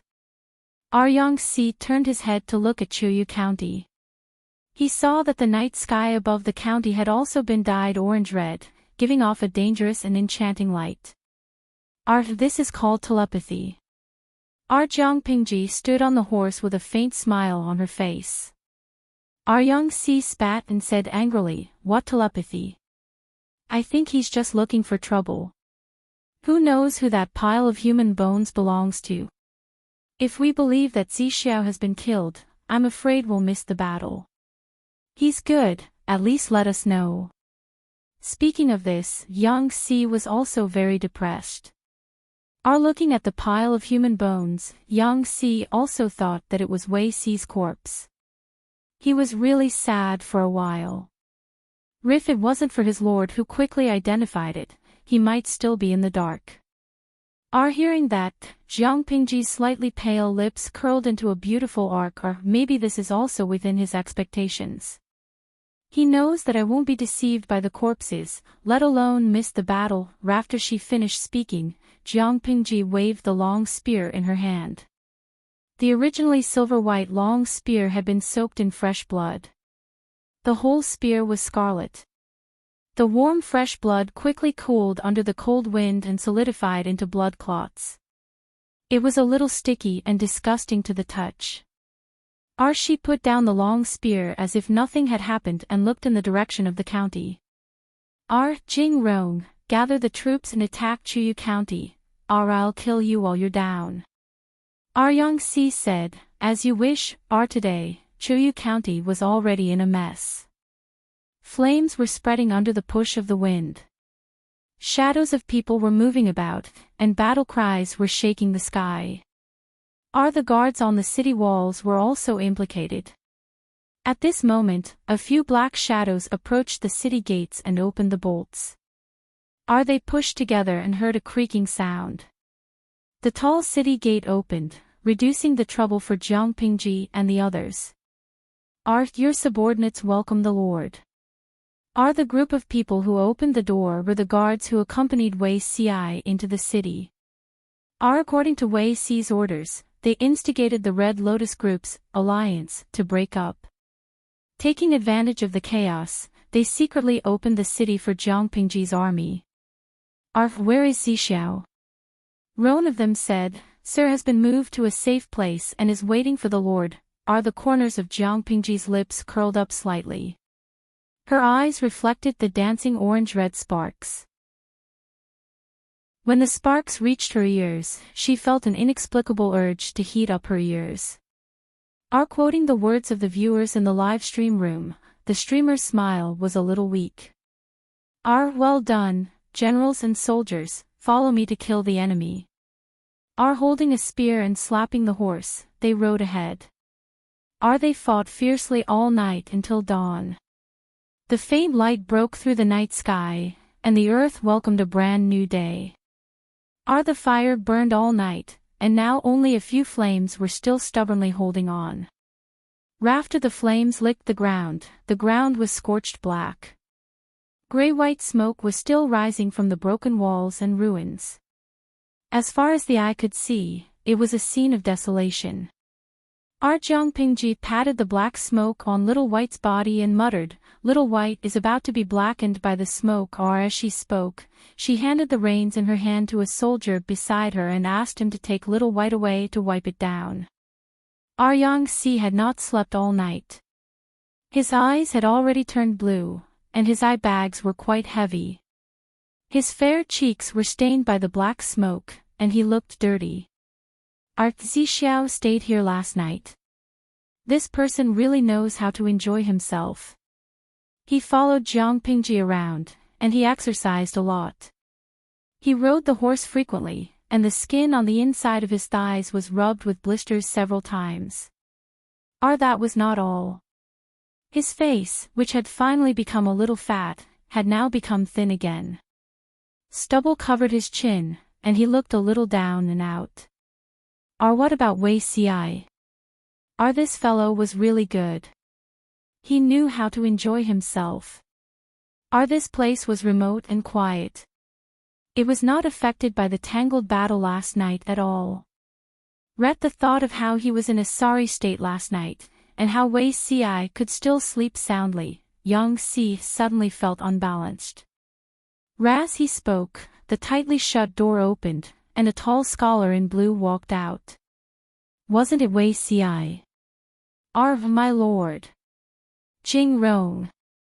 Wei Ci did not sleep all night. He paced near the door at dawn, and his feet seemed to be grinding a hole in the ground. In a trance, he heard a familiar voice. His whole body quivered, and he hurriedly opened the door. It was indeed Jiang Pingji and Yang Si. Wei Ci went forward to greet him. Yang Si put his hands in his wide sleeves, turned his head, and ignored him. It was Jiang Pingji who reacted. She stepped forward to greet him. Her eyes turned, and she looked Wei Ci up and down. Jiang Pingji did not say anything, which made Wei Ci nervous for no reason. My lord. Are you all right? She asked. Wei Ci felt inexplicably guilty. He calmed his mind and maintained a calm expression. I'm fine. Thank you for your concern, my lord. It's good that you're all right. Jiang Pingji passed by him. Her lips moved, and she said in a voice that only the two of them could hear, I'll settle the score with you when we get back. Wei Ci's body stiffened, and his calm expression faintly cracked. Yang Si did not understand. When he passed by Wei Ci, he snorted softly. Of all things to play, he faked his death and deceived people's feelings. Wei Ci smiled helplessly and bitterly. He believed that Jiang Pingji would guess his intentions and seize the opportunity to wipe out the Red Lotus group in one fell swoop, take Chuyu County, and unify Wanzhou. Even if the two of them had not communicated beforehand, he believed that they had such a tacit understanding. It was just that, it seemed that he had overreached himself. Yang Si was fine. It was not difficult to fool him. Wei Ci believed that he could deceive this person. But his lord could not. She was too shrewd. His experience in his previous life had already told him this. Just thinking about the scene of facing her directly made Wei Ci have a faint urge to break into a run. Even so, Wei Ci's disguise had almost been exposed, but Jiang Pingji had not completely exposed the thin veil. Wei Ci felt that he could still be saved. His disguise had not been exposed, and she would not dig out all his secrets. But after what happened last night, he felt guilty. If he had known this would happen, he would have sent someone to inform her in advance. Wei Ci felt as if he was sitting on pins and needles. Jiang Pingji, on the other hand, sat firmly in the seat of honor. After a simple meeting, the thing that Wei Ci was worried about did not happen. Seeing this, Wei Ci secretly breathed a sigh of relief. Yang Si and Wei Ci were responsible for the chores after the war. Soon, the two of them were occupied by the heavy work and had no time to think about other things. When counting the number of captives, Yang Si discovered something. It's strange, where are the higher-ups of the Red Lotus group? Did you instigate the second-in-command to defect? They had captured more than 40,000 captives. It could be said to be a great harvest, but they were all members of the Red Lotus group. There were very few core members with a higher status. The desk in front of Wei Ci was full of documents. His right hand, which was holding the pen, was stiff and sore. He simply switched to his left hand and continued writing. Rh lowered his eyes, and his thick and slender eyelids cast a little shadow. Rwci said indifferently, I reckon that he was either burned to death or hacked to death. Anyway, he's dead. Young-si was shocked. You fox, what did you do this time? Rwci raised his lips and said, it's a waste of rations to keep him alive. How can he share the burden and relieve the lord of her burden? If we really recruit him, it will just be burying hidden dangers for our side. I'm afraid that he will bite back in the future. If that's the case, it's better to get rid of him as soon as possible and end all troubles once and for all. Young-si was so shocked that he could not speak. Ras Jiangpingji's messenger, Wei Ci recruited him and made use of him completely. After using him, he created a situation where the second in command was, accidentally, hacked to death. Chapter 661. When it came to scheming, Wei Ci was no match for Young-si. After all, their styles were different. They both had hearts. The difference was that one was dirtier than the other. Young-si was exasperated. All the crows in the world were black. Wei Ci, the damned fox, was laughing at others for being black. Where was his shame? Wei Ci and Young-si were so busy with government affairs that their feet hardly touched the ground. Jiangpingji had to think of a way to settle more than 40,000 captives. Otherwise, as time went on, it would be easy for variables to arise. According to the previous plan, some of them would be sent to Fengyi County to be laborers, while the rest would be left behind. Fengyi County and Shangyang County lacked manpower. Qingda County, which had just been conquered, also lacked manpower. After conquering Qingda County, the matter of rescuing the emperor had to be scheduled. From top to bottom, everyone was as busy as a spinning top. Jiangpingji gave Wei Ci a separate task. It was not heavy, but it was not easy either. I promised Enchui that I would give him 10% of the wealth and manpower. Now it's time to fulfill my promise. The Red Lotus Group's wealth will take a few more days to count. As for the captives, Jiangpingji counted the number of captives they had captured. There were about 80,000 of them. Most of them were ordinary people. Wei Ci wanted to select 8,000 troops for Enchui. Do as you see fit. Wei Ci cupped his hands in acknowledgement. On the afternoon of the fourth day after conquering Qiuyu County, Enchui and a few of his sworn brothers walked out of their hiding place in the mountains. Our big brother, District Magistrate Lu, captured a lot of captives. He wants to give at least 7,000 to 8,000 of us. Is he really willing to do that? The group of brothers muttered, their hearts beating like drums. Ran Chui said calmly, he has to be willing even if he can't bear to. If Lu Shi wasn't this generous, he wouldn't have gone far. As soon as the group approached Qiuyu County, they were discovered by the patrolling guards. They identified themselves and Jiangpingji personally received them. Our brother Lu, how have you been? Ran Chui and the others had stayed in the mountains for a few days and hadn't had time to clean up. They looked a little down and out. If not for their extraordinary auras, they would have thought they were beggars. Compared to the young and promising Jiangpingji, Enchui's image was a little ugly. Ran Chui's sworn brothers did not make a sound. Only Enchui spoke. I'm a straightforward person and I won't beat around the bush. I'm here today to make you fulfill your promise.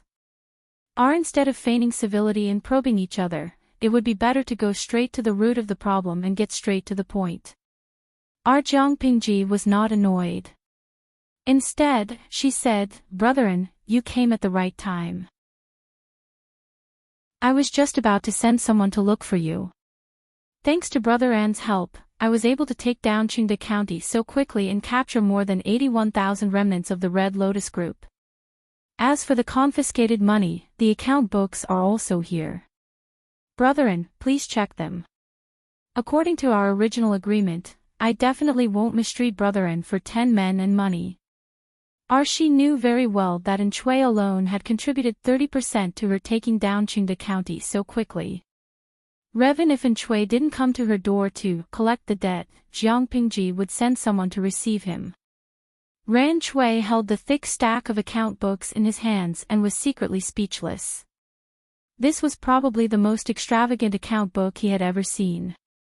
The account books were not pieced together from bamboo slips.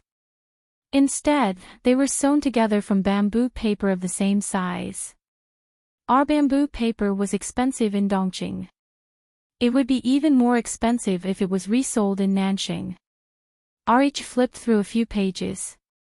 The records were extremely clear.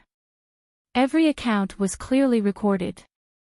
Jiang Pingji's attitude was so unperturbed that it made Enchui and his men seem a little petty. Realizing this, Enchui did not flip through the entire contents in detail. He quickly returned the thick account books to Jiang Pingji. I'll listen to your arrangements. Brother Liu is an open and above-board person. Why wouldn't I trust you? Ran Chui wore an appropriate smile on his face. Without batting an eyelid, he warmed up the atmosphere again.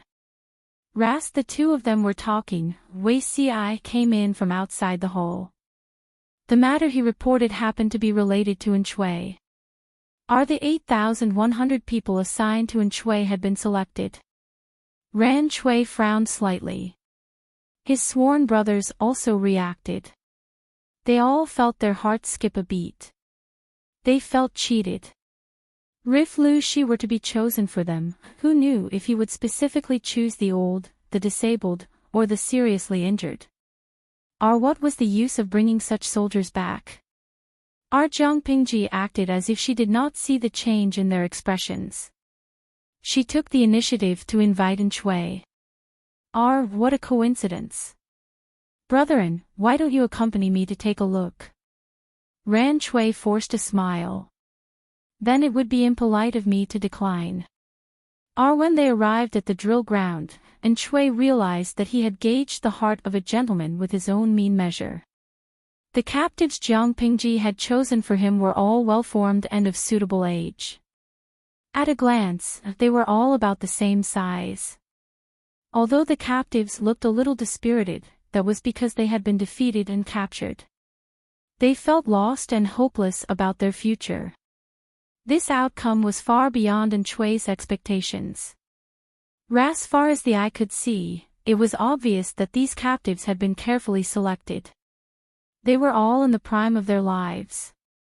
Our brother Liu, Enchui did not know how to react. It was too pleasant, too unexpected. Among the crowd, Enchui even saw some of the middle and small backbone members of the Red Lotus group.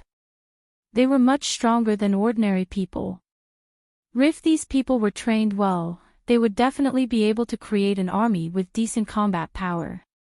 Jiang Pingji stopped him from speaking. As long as brethren is satisfied. There's no need to say anything else, lest we become estranged and hurt our brotherhood. Seeing this, Yang Xi's expression became a little uneasy. After enduring for a long time, he finally had an opportunity. He secretly tugged at Wei Ci, almost gnashing his teeth.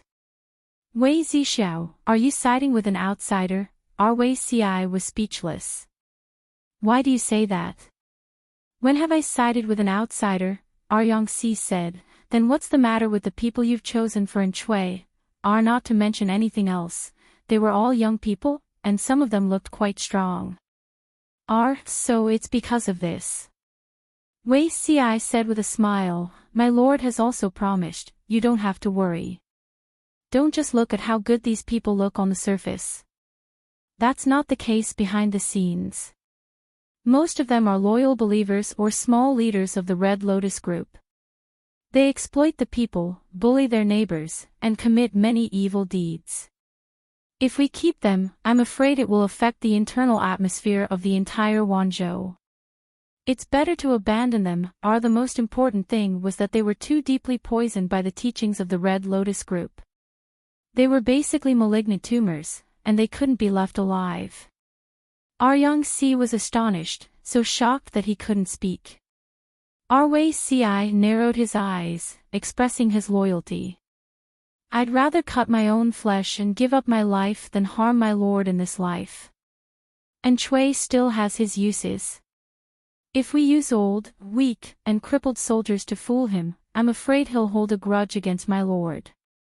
However, if we use these 8,000 young and strong men as an explanation, he won't be able to tell that something is fishy in a short time. We can still make use of them a few more times. Jing Rong, what are you looking at? Yang-si had finally regained his composure, but he became strange because of Wei-ci's words.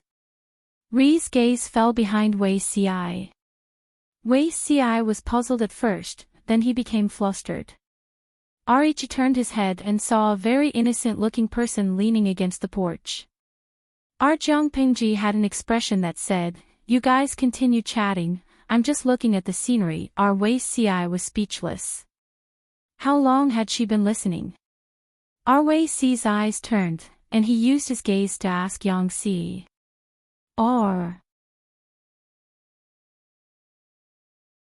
Chapter 662. Wei-ci received the hint from Yang-si. He carefully recalled what he had just said, and the color of blood gradually faded from his cheeks. It seemed that he had just said something that he shouldn't have. He tried to open his mouth to change the topic, but his lips moved for a while. He couldn't even say a word. It was as if a pair of invisible hands were pinching his throat, forcing him to swallow his next words. An indescribable feeling spread from his toes and rushed straight to his brain. Jiang Pingji crossed her arms in front of her chest and leaned against the pillar.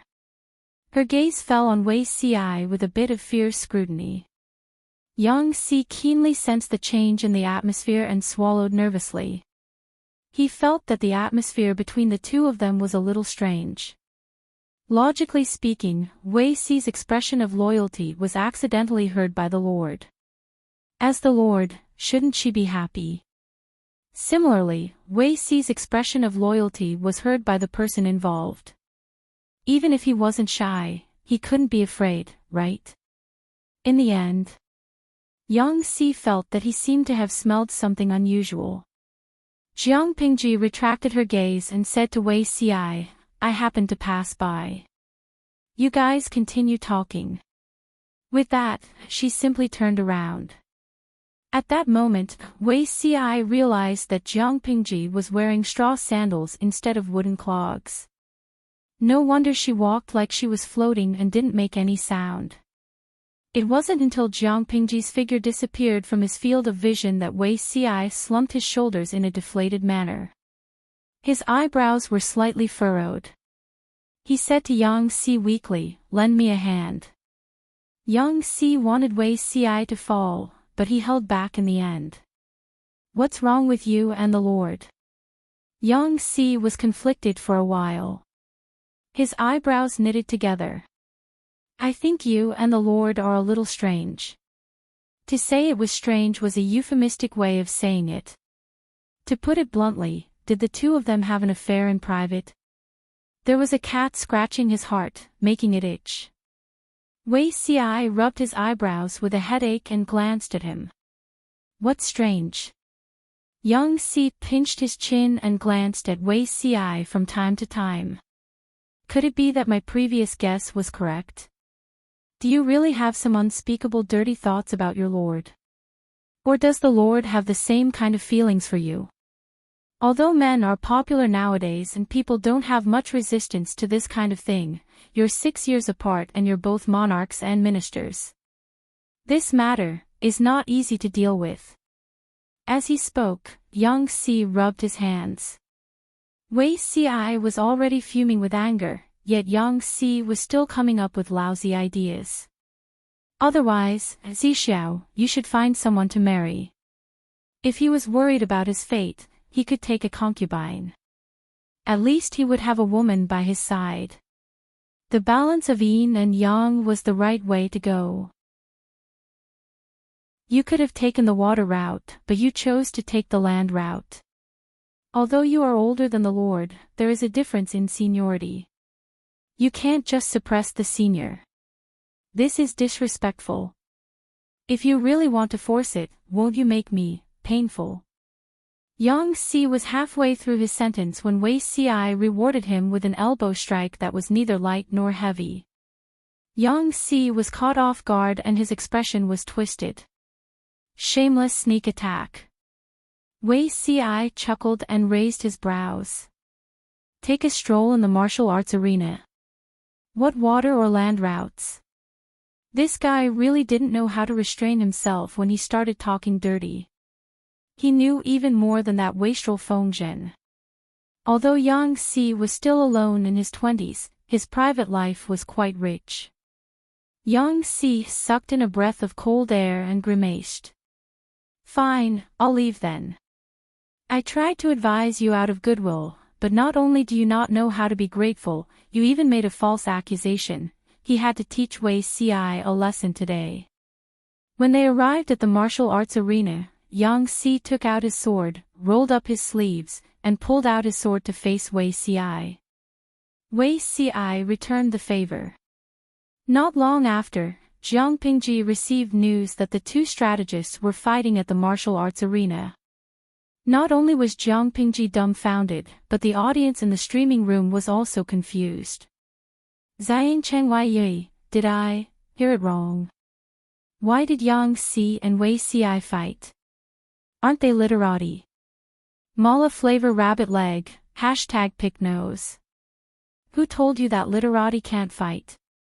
Do you think that the literati of this era are the same as the literati of China after the Song dynasty? They can't carry anything on their shoulders or lift anything with their hands. They have learned the 6 arts of a gentleman. Horse riding, archery, and swordsmanship are also compulsory courses. Sauce-flavored chicken feet, I think you have some misunderstanding about literati. The literati of ancient times were basically proficient in both the pen and the sword.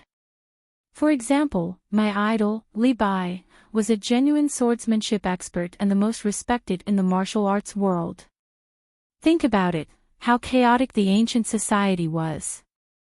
How could they not know how to fight when they could sneer and roam around outside?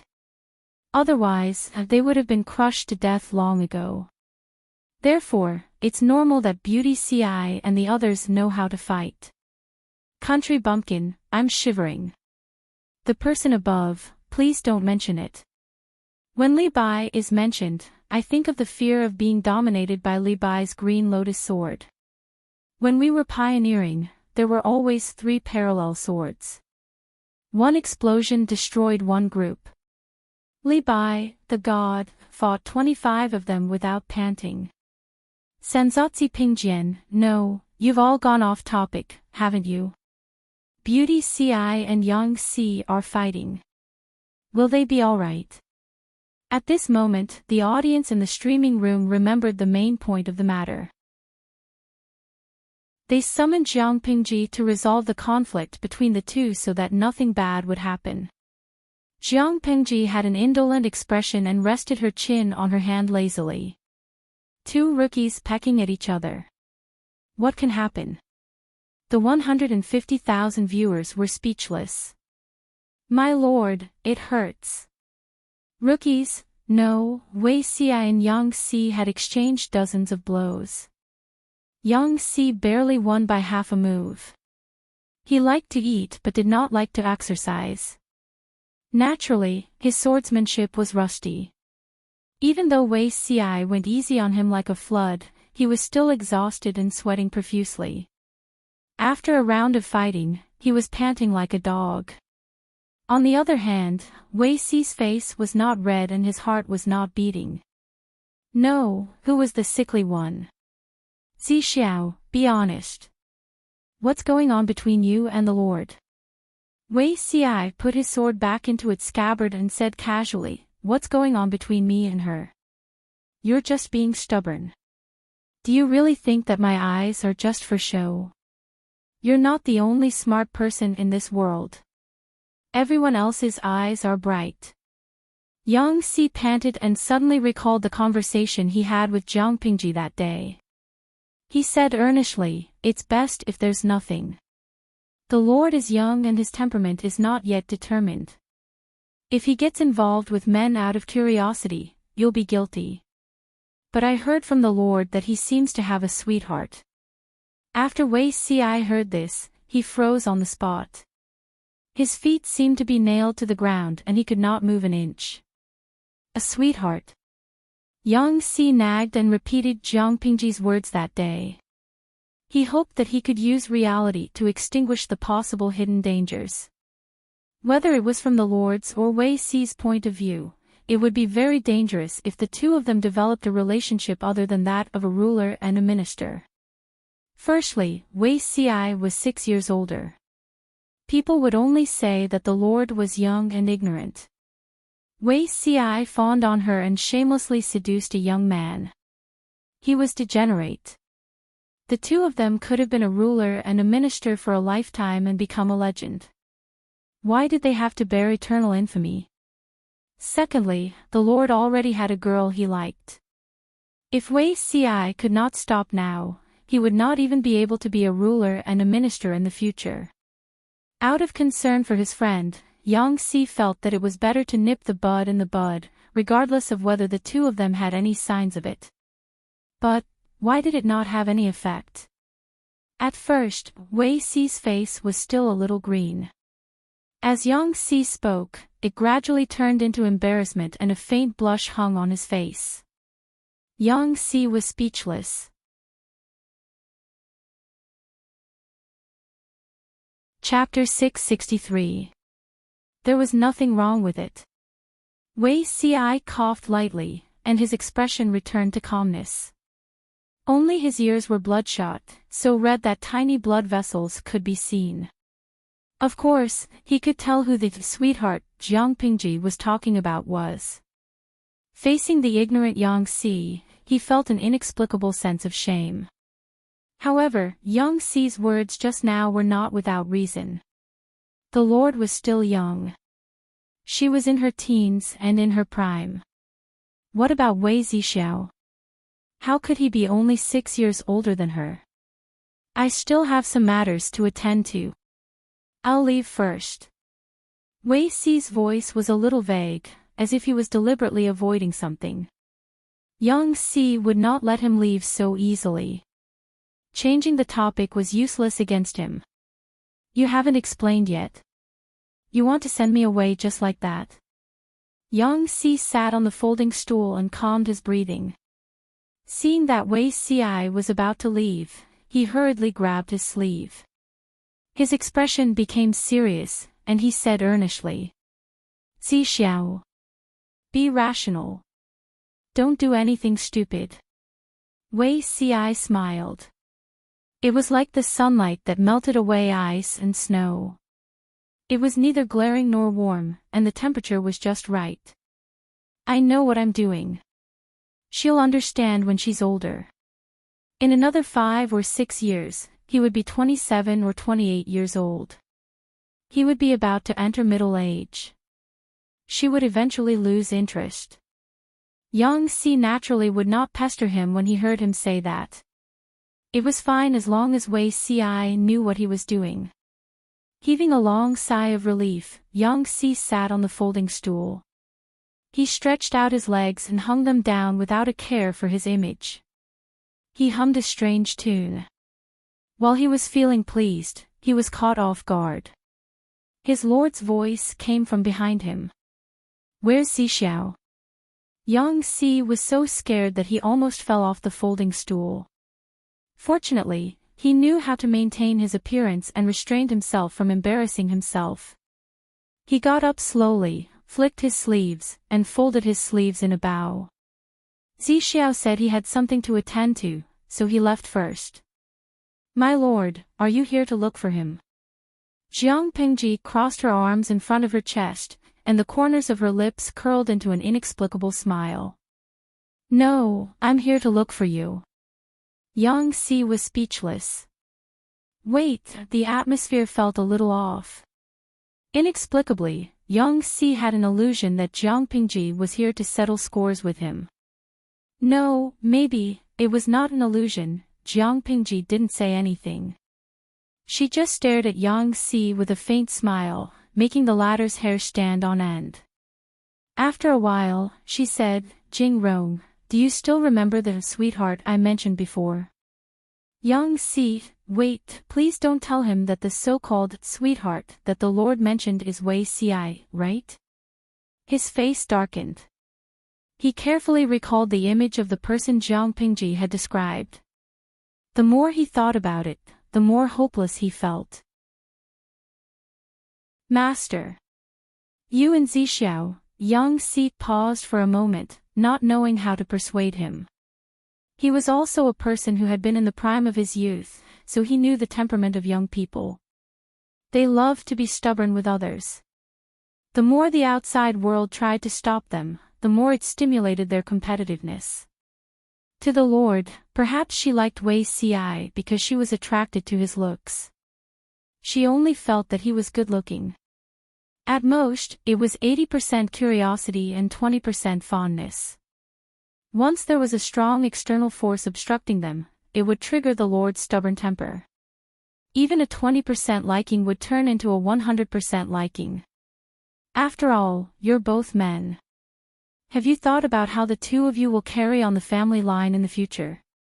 Yang Si spoke weakly. He and Wei Ci were best friends, so he could persuade him not to worry too much. However, he could not do so when it came to Jiang Pingji. Jiang Pingji said, why can't I? Zixiao is not a sentimental person. I don't say that he will be faithful to one person until the end, but if you have the idea of letting other women carry on the family line for him, I'm afraid that all your efforts will be in vain. You'll have schemed for nothing. Yang Si obviously misunderstood. He said vaguely and embarrassedly. What's more? My lord still has many years to live. Why delay yourself and Zixiao? You're still young. He's 6 years older than you. His lord, who was 27 or 28 years old, could still be considered young and promising. However, Wei Ci would be in his early 30s at that time. They were really not suitable for each other. Yang Si only felt that he had tried his best to persuade her. He had said everything that needed to be said, but the person in front of him did not care at all. She said, of course, I won't let other women touch him. I have a serious obsession with cleanliness. Yang Si did not know what obsession with cleanliness was, but he could understand some of it based on the context. He could not help but have a headache. He finally understood. It must be that his lord lacked physiological knowledge. She did not know that men could not have children. Perhaps his lord thought that two men could also have children. Zixiao is a man. My lord is also a man. He felt that it was a little ridiculous that he was explaining this to a young man who was almost 18 years old. Jiang Pingji was amused. And then Yang Si said, men can't have children. Jiang Pingji said, I know. So. Yang Si was almost choked to death by her words. He could not breathe. She knew that men could not have children, but she did not allow Wei Ci to have children with other women. Was Wei Ci going to die without descendants? He simply gave up and said, you and Zixiao are both men. It's impossible for you to have children. Jiang Pingji lowered her eyes and snorted. She said, wrong. Yang Si was stunned. What was wrong? It's true that Zixiao is a man, but everything else is wrong.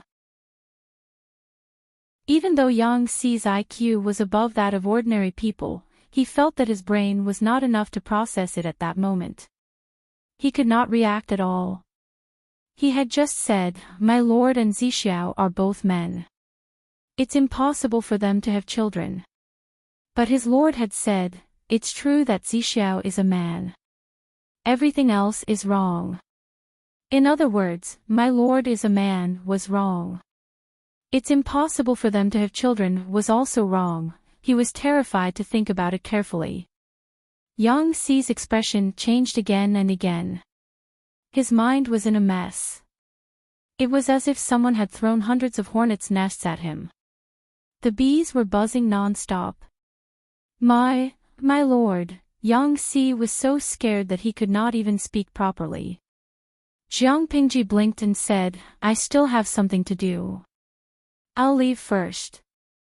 After she finished speaking, she left Yang Xi, who was stunned by the bombardment, and waved her sleeves without taking away a single cloud. The audience in the live stream watched the whole process. They were basically divided into two factions. One was worried that the streamer's gender would be exposed, while the other was worried that Yang Xi would be scared silly. Huang Xiaotian, a man of few words, this is bad. If Yang Xi knows the streamer's gender, will he run away? When Wenkuoren Han Wenqing, not considering the power of the streamer's father, the streamer herself can be considered the lord of a prefecture. She has tens of thousands of soldiers in her hands. Yang Xi is a scholar. How can he run? Run away with his head.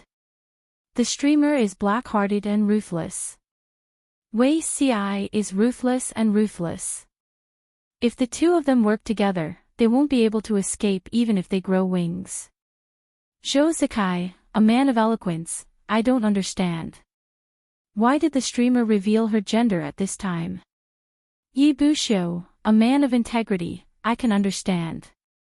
The streamer has now recovered all of Wanzhou. Although she can't crush all the heroes, she can't be taken lightly either.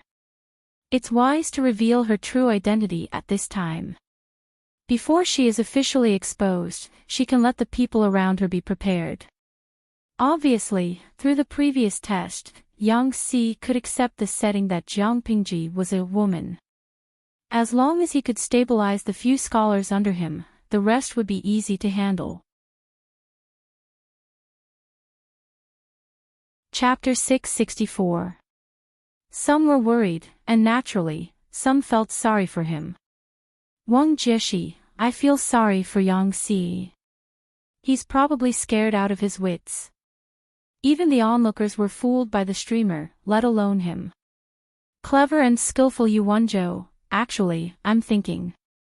Perhaps Yang Xi was frightened not because the streamer is a woman, but because, such a burly, heroic, valiant, and battle-savvy lord is actually a woman. Can you imagine the King Kong Barbie version of Neza? Liu Ciji Lianming, previous poster, all of you are toxic. Hahaha, speaking of which, the streamer is almost 18. How's her cleavage? There's also her monthly menstruation. It seems that she hasn't mentioned it even though I've been following the updates for so long. Gue Kai Guo Fengxiu, speaking of this, I suddenly remembered something that the little angel Li Hanmei said. It can be said to be a classic saying, such a stalwart man as the Lord disguised as a woman hasn't had a good look yet. Don't you think it's funny? Jiang Pingji glanced at the live stream and secretly rolled her eyes. Streamer V, prepare early. I plan to officially confess my identity at this alliance meeting to rescue the Emperor.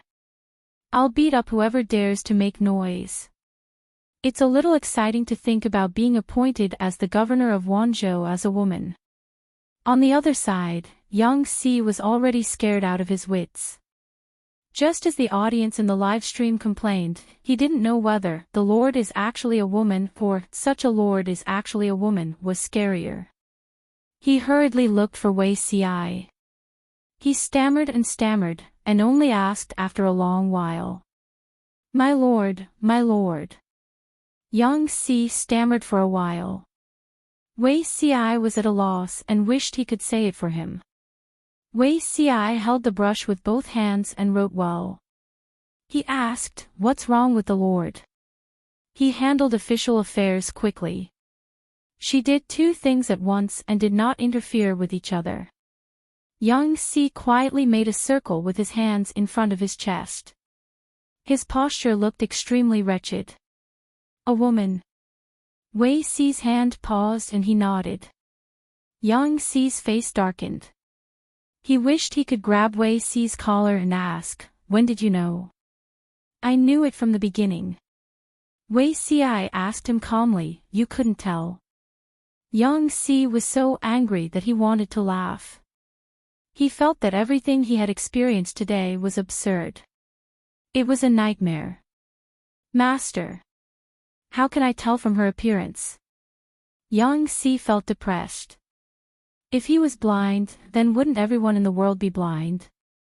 During the Battle of Qingda County, I was in the vanguard with the Lord. Where did she have any trace of being a woman? Charging more fiercely than anyone else, killing more ruthlessly than anyone else, using more strength than anyone else, and acting more arrogantly than anyone else. Was this how a noble lady of an aristocratic family behaved? Wei Si's gaze flickered and he said, "Who told you that women can't fight bravely and well?" Yang Si choked on his words and almost couldn't catch his breath. "You knew from the start that she was a woman, yet you still pledged loyalty to her. Are you crazy?" At this point, Yang Si felt as if his heart had been shot by another arrow, because he had once joked with Jiang Pingji that he looked forward to the ascension of the throne when she gave birth to the emperor concubine. Damn, he had such a cheap mouth. Wei Si didn't care at all. His thick and slender eyelids drooped slightly. He said calmly, "She led the troops to take down Xiangyang district. She conquered Qingan district, Maolin district, and Jiaoping district in 3 battles. She took down Xiangyang County from the Feng family and took down Qingda County in half a month. In a year and a half, she has become the de facto lord of Wanzhou. She has tens of thousands of soldiers in her hands. She has the right to compete for the divine tripod of Zhuzhou. You know my aspiration. I only hope that the world will be unified and the rivers will be clean and the seas will be peaceful. As long as I can achieve my aspiration, what difference does it make to me if the Lord is a man or a woman?" Yang Si was speechless and couldn't answer. After a while, he asked in a low voice, "Who else knows about the Lord's gender?" "Only Ci, you, and Huayu. The others don't know." Wei Si stopped writing and spread out the bamboo slip that he had written. He dried the ink and said, "But even if the others know, they probably won't have much of a reaction. Feng Zisher has a prodigal character. He's unrestrained and does whatever he wants. He sees the secular world as dirt. Qiguan Wenjing, even if he doesn't know the truth, I'm afraid he's aware of it. As for Su Xiaoyu, he has an extraordinary friendship with the Lord. He's loyal and has accompanied the Lord since she was born. How could he have a change of heart?" Yang Si was surprised. Feng Huayu actually knows. He had been worried about Feng Jin just now. After all, based on Feng Jin's upbringing, this person was the most unlikely to accept the current situation. What happened in the end? He was someone in the know. Wei Si said very calmly, "Yes, he knows." Si listened to Huayu's idle talk. His family's Chongqing was born during the earthquake. Shangjing was destroyed. 9 out of 10 houses collapsed, and there were countless casualties. Huayu's eldest daughter, Chongqing, was personally delivered by the Lord. Do you think he wouldn't know? Yang Si was speechless. He felt that his worldview had suffered a devastating blow. After calming down, Yang Si suddenly remembered something. The Lord has hidden it from the world for so many years. Why did she suddenly tell me? Wei Si said, "You still don't know. The power of the governor of Wanzhou isn't big, but it's not small either. It's just the right time to expose her identity. Let me tell you, I'm just testing the waters and testing the bottom line of acceptance. Just wait, before the rescue mission is over, the Lord will definitely reveal her identity." Yang Si rubbed his eyebrows. There was too much information. He needed time to calm down. The Lord is so calculative. Thinking of the women's camp, he couldn't help but smile bitterly. It turned out that she had already started planning and laying the groundwork. How could I have gotten to this point without some calculation? Wei Xiai knew that not only could she become the governor of the province, but she would also become the ruler of the world and compete for the final winner of the 9 provinces' divine cauldrons. Yang Xi's mind was in a mess. He found that once he accepted the setting that the Lord was a woman, it seemed quite interesting. At least, when Jiang Pingji slept with Wei Zixiao in the future, Yang Xi wouldn't have to be so conflicted. Thinking of this, he suddenly remembered something. How is the relationship between the Lord and the old master? Wei Xiai glanced at him and said, "Not bad." Yang Xi pinched his chin, his heart bubbling with black water. I heard from Feng Huayu that the Lord has a brother born of a mistress. If he didn't know Jiang Pingji's gender, Lu Shi and Jiang Pingji's father and son power was clearly divided. Yang Xi wouldn't have thought much about it. But now, he was a little worried. No matter how good a daughter was, she was still a daughter. After all, she had to get married and have children. How could the child be better than a son? Wei Xiai looked down, his eyes filled with a cold light. I know what you're worried about. That bastard is indeed a hidden danger. If he knew his place, Wei Xiai couldn't be bothered with him. If he was tormented, he didn't mind being more ruthless. If the Lord wanted to blame him, that would be for the best. The two of them would take the opportunity to cut off all the ties that shouldn't exist. Under such an atmosphere, Jiang Pingji received further instructions to rescue the emperor. Many forces prepared to gather at Huangshui to discuss important matters. Huangshui. Jiang Pingji glanced at the map of Dongqing. Huangshui was a tributary of Dongqing's mother river. It was only a little narrower than the main trunk. Chapter 665. After conquering Qingde County, Jiang Pingji did not immediately set off to rescue the emperor. Instead, she spent half a month stabilizing her power. She generously gave the 8,000 captives and 10% of the money to Enchui, making him feel a little embarrassed. Enchui was a man with many tricks up his sleeves. He emphasized kindness and authority, and he was clear about rewards and punishments. He handled the 8,000 captives well. He stayed in Qingde County for 2 days, then left with his men and money, heading for Huangshui. Jiang Pingji was so busy that she had no time to think about her personal feelings. Wei Xiai, on the other hand, heaved a long sigh of relief. The biggest gain from attacking Qingde County this time was not gathering the territory of Wanzhou, but taking over the manpower of the Red Lotus Group. Tens of thousands of captives were nothing in other large-scale battles, but for Jiang Pingji, they were still very beneficial. After a whole year of rest and construction, Fengyi County was now the most prosperous and developed place in Wanzhou. Shangyang County was second, and Qingde County was at the bottom. Qingde County had been exploited by the Red Lotus Group many times, and there was a heavy population loss. To attract more refugees and develop the local economy, development and construction became the top priority. Jiang Pingji racked her brains for half a night, planning to assign the people under her to various places. I'm still too short of manpower. I hope I can poach some good people from the alliance meeting to rescue the emperor. Even though Jiang Pingji was energetic and full of physical strength, she was so tired that her eyes were bloodshot when faced with such a big problem. Fortunately, she had the experience of starting from scratch. She had accumulated a wealth of experience in the construction of a county. Other areas could be slightly modified and then copied. Fengyi County had an iron mine, and Qingde County also had a natural advantage. It was rich in coal, so she could make use of it. However, the most important thing at the moment was to select new soldiers and assign the captives to reclaim wastelands, build roads, and build houses. Although she had taken over Qingda County, it was actually not easy. The entire army had barely stopped moving, and the soldiers were exhausted. After taking over Qingda County, she still had a lot of things to do. Settling down the captives and squeezing their labor was just a small matter.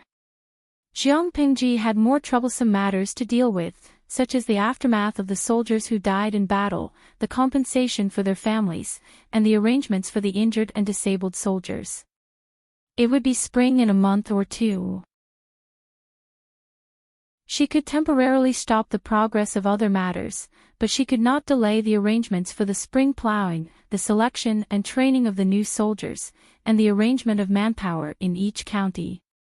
Although she had become the actual governor of Wanzhou, it looked glorious on the surface. On the inside, she was treading on thin ice and walking on a tightrope. If it came down to it, she didn't have enough troops. If something went wrong, she would be in a terrible situation. 20 to 30,000 soldiers could guard a county, but it was difficult to intimidate a prefecture. Therefore, the recruitment of new soldiers and the expansion of military strength were the top priority at the moment.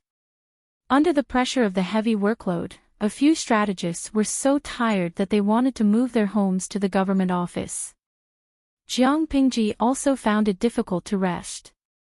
Apart from these matters, Jiang Pingji also had to coordinate the troops in various places and mobilize the troops to prepare for the rescue of the emperor. God! Give me an all-purpose shovel. Jiang Pingji hated official business the most. Instead of dealing with words all day, she would rather have a good fight with someone. What does my lord need a shovel for? Yang Si was surprised. Ever since Yang Si found out about Jiang Pingji's true gender, he thought that he would be very awkward, but it turned out that he had been thinking too much. As long as she didn't deliberately remind him, Yang Si subconsciously treated her as a man. Occasionally, when he thought about it, he still felt that it was like a dream. Such a valiant and brave lord who fought against 100 men alone, charged and broke through enemy lines, attacked cities and conquered lands. How could the omnipotent lord be a girl? Every time he had such doubts, he couldn't help but glance at Jiang Pingji's chest. It clearly didn't have the slightest curve. He looked at her face again. Her facial features were regular, and there was a heroic spirit in her eyes and brows. Indeed, she didn't have the masculinity that a man should have. However, nowadays, men like to wear flowers and powder in their hair and wear red and green. Based on such standards, Jiang Pingji could already be considered a man. So, this girl was fake, right? Jiang Pingji said, using a shovel to poach someone, Jing Rong. Don't you think that we are too short of people? This doesn't make sense. No matter what, your lord is sitting on a prefecture. Not to mention how I can make a name for myself, but I'm not as good as the top, but I'm better than the bottom. Why is there no talent to seek refuge with? She didn't expect the people to seek refuge with to be top-notch strategists, but there should be third-rate talents, right? What was the result? The number of talents that others yearned for was in the double digits, but there wasn't a single mid-level talent.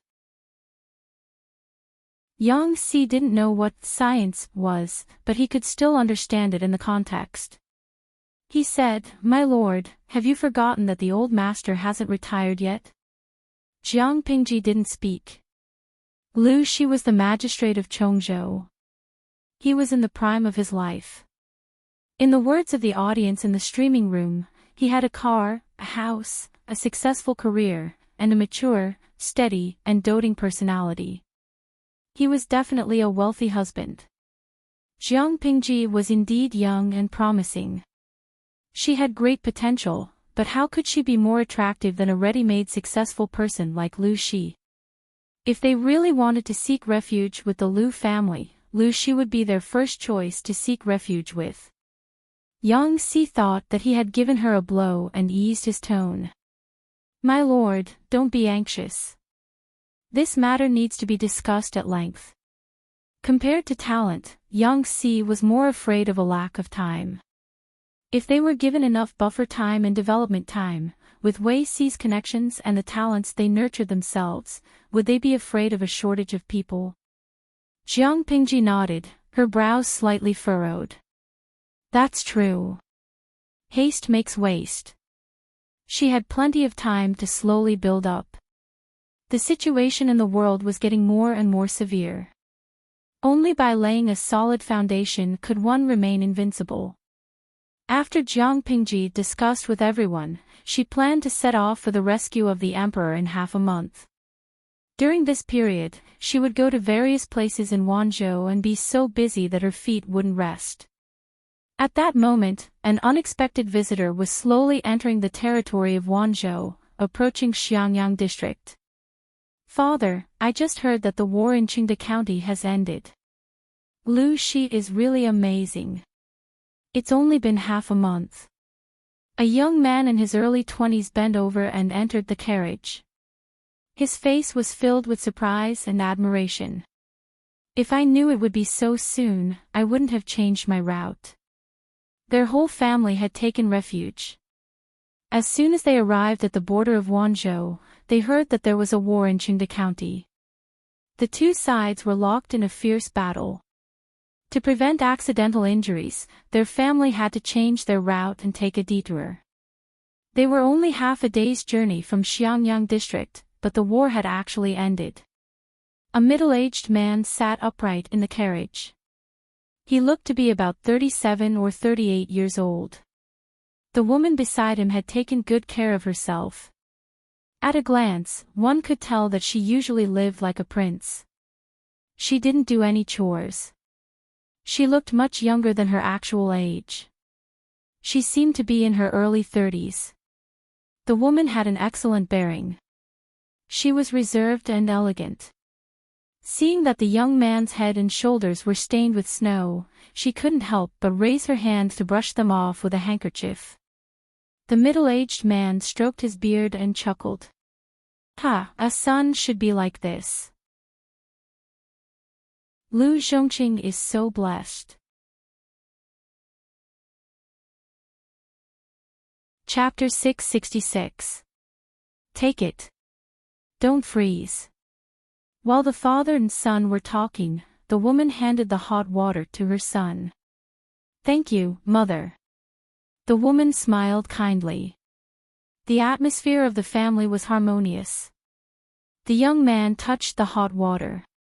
His cold palms were coaxed into warmth. He thought of something and said with a smile, fortunately, Lu Shi provided enough bamboo paper. Otherwise, I wouldn't be able to take those treasures with me. I could only leave them behind, the middle-aged man said. Even if I leave you behind, I won't leave behind the treasures of the rest of my life. The young man was speechless. What a father! Thinking of the suffering he had endured these days, the young man was also depressed. Father, who is this Lu Shi? The young man held the hot water in one hand and rested his chin on the other, puzzled. Lu Shi is just a district magistrate, but now he has taken over the whole of Wanzhou. It's obvious that he's ambitious. What's the difference between him and Huang Song? Fifth granduncle is on Huang Song's side. Is Lu Shi more reliable than Huang Song? He came all the way to Xiangyang district. It's so cold. The middle-aged man raised his eyebrows and frowned. How can it be the same? The young man heard this and subconsciously tensed up, afraid that his father would reprimand him. In front of outsiders, the middle-aged man was a man of few words, but in front of his family, he was not stingy with his words. You only see Lu Shi and forget that he has another identity, Lu Shi's son. Lu Shi only has Wanzhou, but Lu Shi has Chongzhou and Hu County. How can we underestimate this father and son pair? The middle-aged man looked down and stroked his beard. Huang Song is indeed good, but I don't like his temperament. Moreover, Lu Shi has saved my life. Who else should I choose but him? The middle-aged man was Qing. That year, he rushed to Shangjing with his wife. On the way, they were chased by strange enemies and almost lost their lives. Coincidentally, Jiang Pingji was nearby. She conveniently rescued the couple, and the two families formed a good relationship. Qing brought his wife and child to Xiangyang district to seek shelter with Jiang Pingji. He was originally the district magistrate of Sui and County in Fufing County of Haozhou. Because he hated the intrigue and the officialdom, he was not promoted. Not long ago, he encountered a troublesome matter.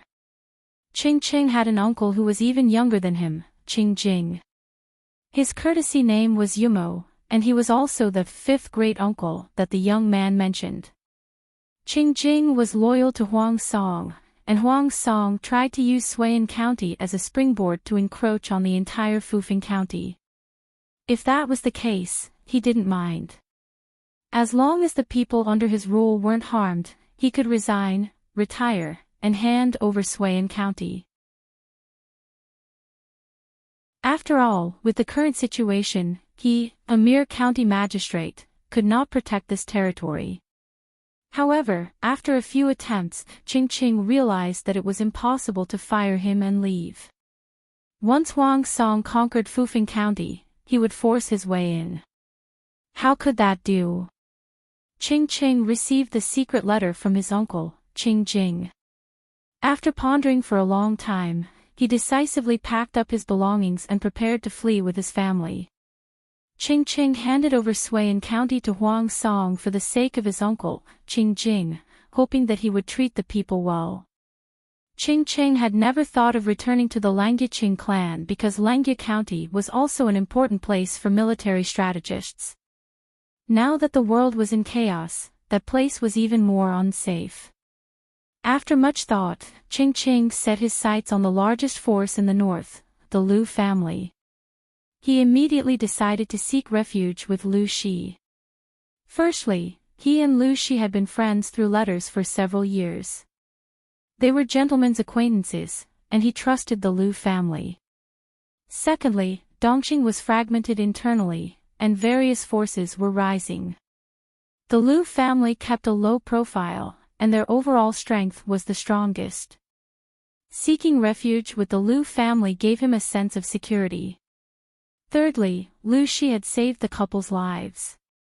Based on the principle of not leaving fertile water to outsiders, of course, he would prioritize the Lu family.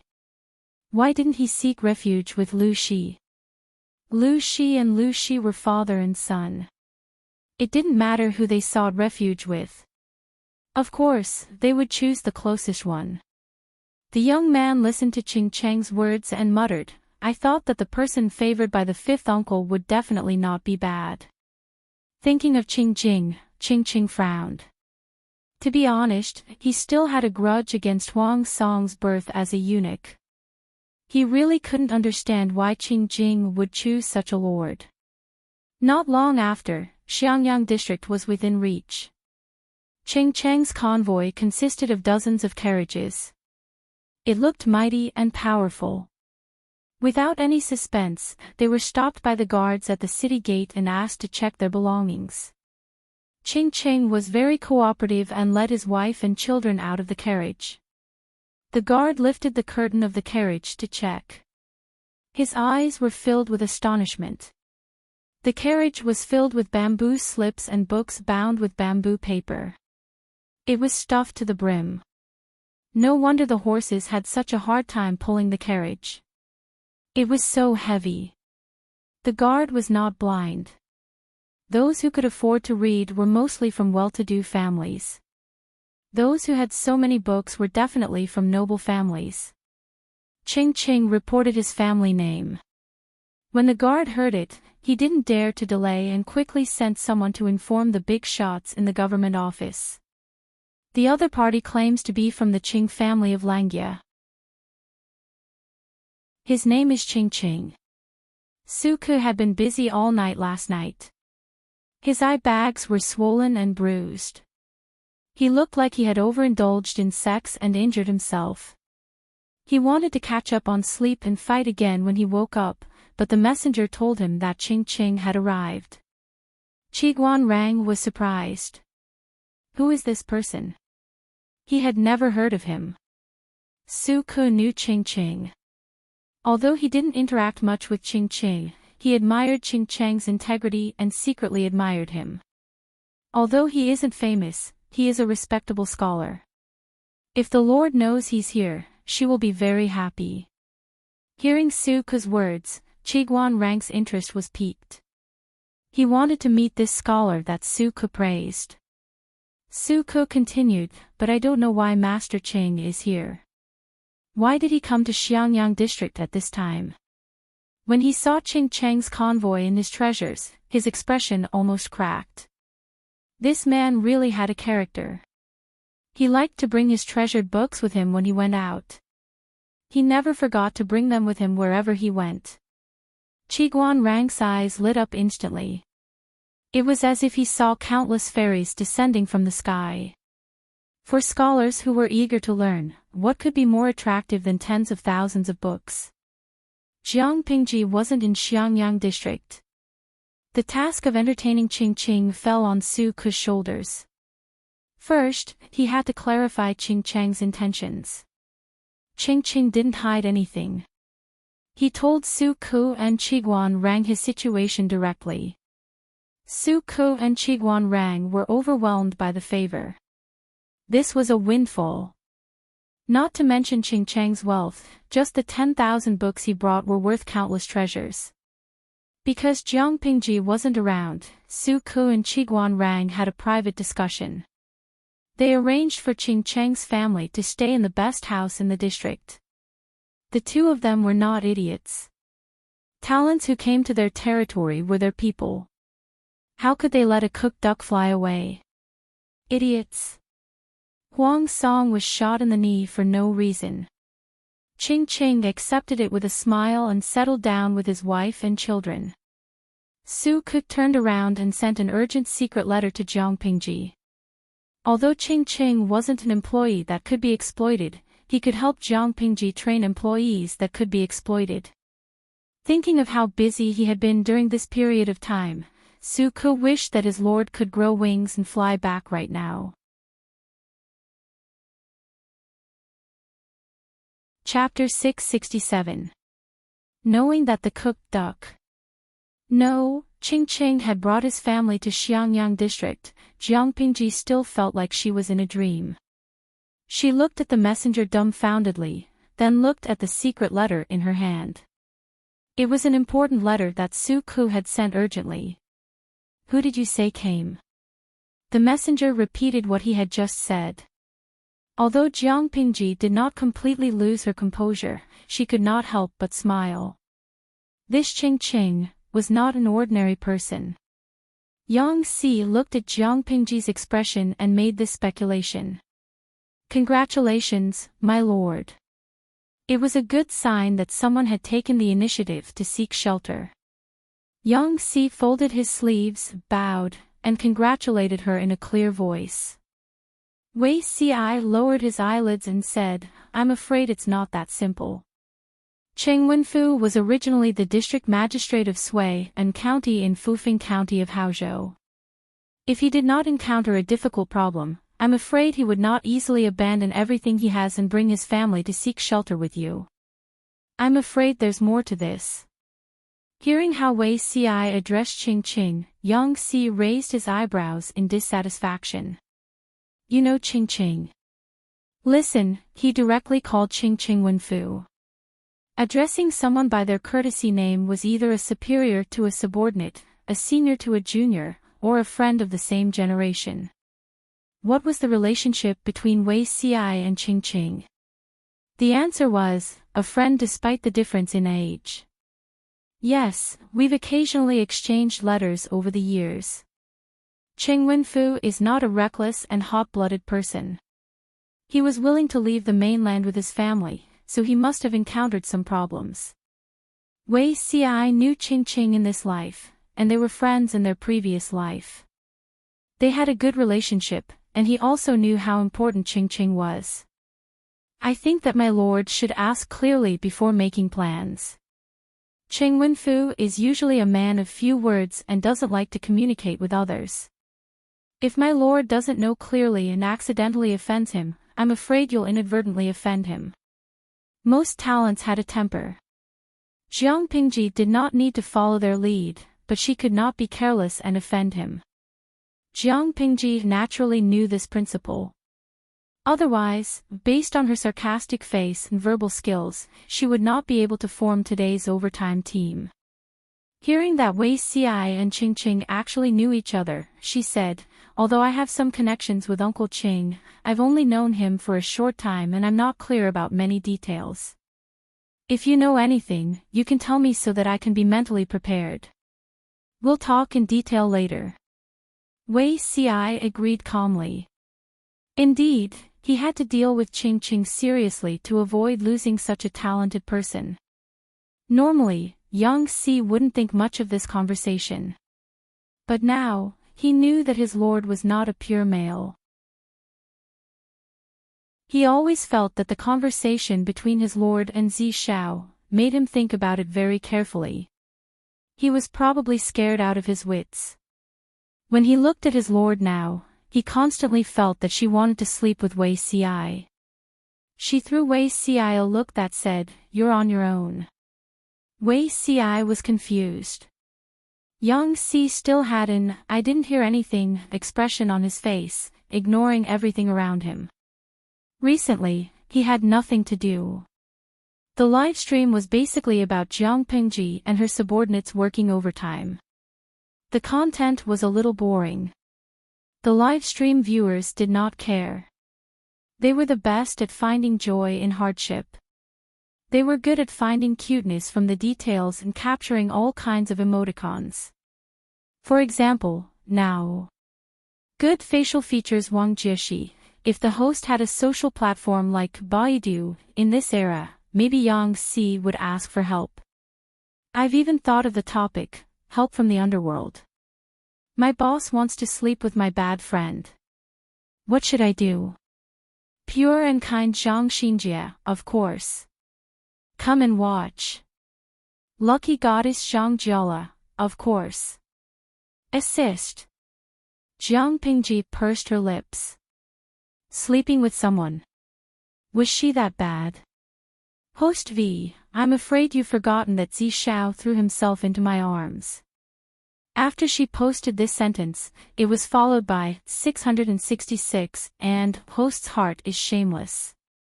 After laughing and fooling around, Jiang Pingji did not forget about business.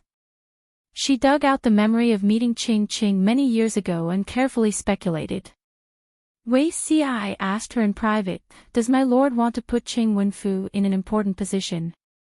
Jiang Pingji said, "Your lord has never liked to keep idle people, unless they are family members." Wei Xiai was speechless. I've read Su Ke's letter carefully and have a general understanding. Huang Song's influence in Haozhou was growing. He wanted to use Sui and County, where Qing Qing lived, as a springboard to get his hands on the entire Fufeng County. This was not a big deal. After all, Qing Cheng's fifth uncle, Qing Jing, worked under Huang Song. If Sui and County benefits others, it's better to benefit Huang Song. However, Qing Qing did not stay in Haozhou with peace of mind. Instead, he left with his family. It's mostly because he doesn't want to work for Huang Song, or rather, he doesn't like official strife. Huang Song was currently short of manpower. If Qing Qing became Huang Song's subordinate, he would either be used by him seriously, or he would inevitably be involved in power strife. This was what Qing Qing hated the most. Or, Qing Qing could compromise and find a way to resign. However, according to Huang Song's temperament, would he let Qing Qing off so easily? Obviously, this was impossible. Even if he agreed to Qing Cheng's resignation, he would probably find a way to restrict the personal freedom of Qing Cheng's family and restrict them from working for others. According to Jiang Pingji's understanding of Huang Song, the probability of this guy doing so was very high, especially after the incident with Yang Si. Wei Xiai said, "Then, my lord means, through Jiang Pingji's words, Wei Xiai knew that she would not force Qing, but if she did not force him, wouldn't it be a waste of manpower? Jiang Pingji snorted and secretly laughed at Huang Song's bad luck. It was fine to miss out on Yang Si, but now even Qing, who was comparable to a mountain of gold and silver, had been missed. She said, let Qing do whatever he likes. It's not like he's neglecting his proper duties. Wei Xiai was surprised. Her tone did not sound like a junior talking to an elder. Instead, she spoiled Qing like a junior. But then again, he was an old child. Shouldn't he be spoiled? Even though Qing was not that old yet. Jiang Pingji's eyes seemed to have a myriad of stars. Mr. Cheng has a collection of tens of thousands of books at home. Most of them are precious stocks. Back then, I was immature and used bamboo paper as a fee to polish my brush. I begged him to make a copy of the book for me. Mr. Cheng did not fuss over it. Instead, he did what he said. Now that I think about it, I feel rather ashamed. I think that Mr. Cheng must be an extremely noble scholar. He once said that he did everything possible to collect these unique books just so that future generations could also see the glory of their predecessors. It was not for selfishness or for profit. Since this is the case, why not fulfill Mr. Cheng's wish? Wei Xiai did not speak. Through this conversation, he knew that Jiang Pingji would not wrong Qing. Instead, she would make Qing continue to sacrifice his life for her. Wasn't it like this in her previous life? There were only a few days left before the army set off to rescue the emperor, but Qing's matter could not be delayed. What if he felt that Jiang Pingji had neglected him and ran away with his family? Therefore, Jiang Pingji rode on Little White that day and rushed to Xiangyang district overnight. The journey was dusty. Even Little White, a peerless horse that could travel thousands of miles a day, was exhausted in the end. She instructed the horsekeeper, prepare the best food for Little White and serve him well. Chapter 668. Without wasting any time, she went straight to visit Qing. Even though Qing was prepared, he was still shocked by Jiang Pingji's efficiency. Uncle Qing, your nephew has come to pay a visit this time. I would like to shamelessly ask for a favor from you. Jiang Pingji went straight to the point, skipping the complicated greetings and small talk. She went straight to the point after a greeting. Qing hadn't seen Jiang Pingji for many years, but he had been paying attention to her news. He had a good impression of her. If someone else asked, he would probably frown, but since Jiang Pingji said so, he asked patiently. Just say it. If I can help, I won't refuse. Qing had sent his wife and children away early in the morning. Only he and Jiang Pingji were in the hall. Jiang Pingji moved the heavy black box in front of her and pushed it in front of Qing, indicating for him to open it. Qing was puzzled, but he did as he was told. The audience in the streaming room thought Jiang Pingji had prepared a trump card. They waited excitedly for Qing to open the box. When Qing unlocked the box with his thin, calloused hands and opened it, the audience in the streaming room was disappointed. What? They thought there was a treasure in the box, but it turned out to be a thick piece of paper that was white in color. Qing was also puzzled. He looked up at Jiang Pingji and saw a peaceful smile on the youth's lips. He couldn't help but frown. When he picked up the knife paper, Qing found some clues from the feeling in his hand. This isn't bamboo paper. He spoke in a declarative tone. In order to steal Qing's tens of thousands of books, Jiang Pingji had secretly provided him with a large amount of bamboo paper. The paper was of high quality. Qing loved books. He had spent most of his time copying books. He had dealt with bamboo paper for many years. How could he not see the difference between the two? Even though the color was not much different, it felt very different in his hands. He could tell with one touch that they were different. Jiang Pingji said, "It's indeed not bamboo paper. Uncle Cheng, you can call this paper rice paper." Ching Ching repeated doubtfully, "Rice paper? Is it a new paper made by your family?" "It can't be considered a new paper. It's been made for many years, but it hasn't been announced to the public." "No wonder." Ching Ching nodded as he listened. Suddenly itching to show his skill, he ground the ink and wrote a few words on the xian paper. Seeing that his semi-cursive was as smooth as flowing water, his handwriting vigorous and powerful, many of the audience members instantly became his fans. Jiang Pingji smiled and asked Ching Ching, "Uncle Ching, what do you think of the quality of this rice paper?" Ching Ching put down the brush and looked at the words on the xian paper. He stroked his beard in satisfaction and said with a smile, "It's tough but moist, shiny but not slippery, and the ink is extremely moisturizing. It's indeed a good paper. The surface is dense and pure white, and the veins are clean and tidy. It is truly a top-notch product." When he moved his brush just now, Ching Ching found that the xian paper was very easy to melt. If he hesitated a little, the paper would turn into a bowl. The words he wrote were full and moist, and the strokes of the brush were as smooth as flowing water, making him unable to put them down. Not only that, the xian paper was of a uniform thickness without any impurities. He used his fingers to pinch it, and it seemed that it could be folded quite well. Ching Ching stroked his beard and said, "Is nephew's paper mill going to sell this xian paper?" Jiang Pingji smiled without saying a word. She gestured for Ching Ching to open the folded xian paper. There was still a mystery in it. Ching Ching was surprised. With the incident just now, he was full of anticipation for the surprise that would follow. The freshly made xian paper was extremely large.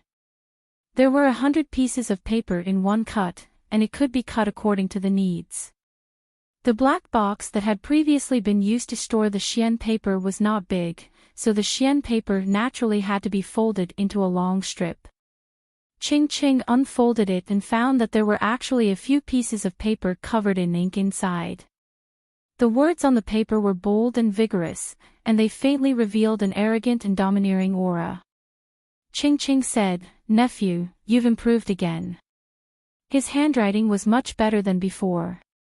Ching Ching took a closer look at the content on the paper and realized that it was a disorganized article with no content at all.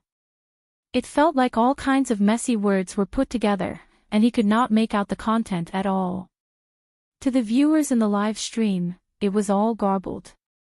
He was puzzled and looked at the second piece. It was still garbled. The third piece was still garbled. The fourth one was still a bunch of gibberish code. Ching Ching blinked his eyes in confusion. He did not understand why Jiang Pingji was showing him this. Was he commenting on her handwriting? After flipping through more than 10 pieces of paper in a row, an idea flashed through Ching Chang's mind. He finally found out what was wrong. He quickly spread out more than 10 pieces of paper and placed them on the table. Then he stacked them one on top of the other, revealing only the first row of words. He placed them together and looked at them again. He found that the size, shape, and stroke thickness of the words were exactly the same. No matter how good a calligrapher was, it was impossible for him to write more than 10 words that could be completely overlapped with each other. "Nephew, was this stamped with a seal?" Ching Ching quickly understood the key point. Only stamped with a seal could ensure that the handwriting was 100% consistent. Jiang Pingji smiled and said, "The principle is the same, but that thing shouldn't be considered a seal." Even though Ching Ching was knowledgeable, he could not figure out what Jiang Pingji was planning. He laughed bitterly and pretended to beg for mercy. "Nephew, don't keep me in suspense. You should at least leave some face for me. Jiang Pingji took out a few wooden seals from a secret compartment in the box. A few words were engraved on them. They were the first few words on the few pieces of paper. She said, "Uncle Ching, you've already looked at the rice paper. Look at these wooden seals. What do you think?" Ching Ching took the wooden seals and found that they were the same size and shape. They were arranged side by side, perfectly satisfying his obsessive-compulsive disorder. He was not stupid. Jiang Pingji's reminder was so obvious that he vaguely had some ideas in his mind. That's right. Why didn't he think of this method? If he used such wooden seals to arrange the content he wanted and printed it on the paper, wouldn't it be an essay? As expected, she said, "A few years ago, I was immature. I used bamboo paper to deceive you of tens of thousands of books in your house. I even made you copy them. I don't know how much energy and time it took. After being scolded by my father, I felt very guilty. After a deep reflection, I suddenly thought of this method. If I ask a carpenter to engrave common words as a wooden seal, I can use the wooden seal to arrange the content of the book whenever I want to print a book. I can print a copy in a moment. Isn't it more convenient and faster than copying by hand?" Ching Ching felt his heart beating wildly. He was so shocked that he could not even hold the things in his hand steadily. They fell to the ground with a clatter.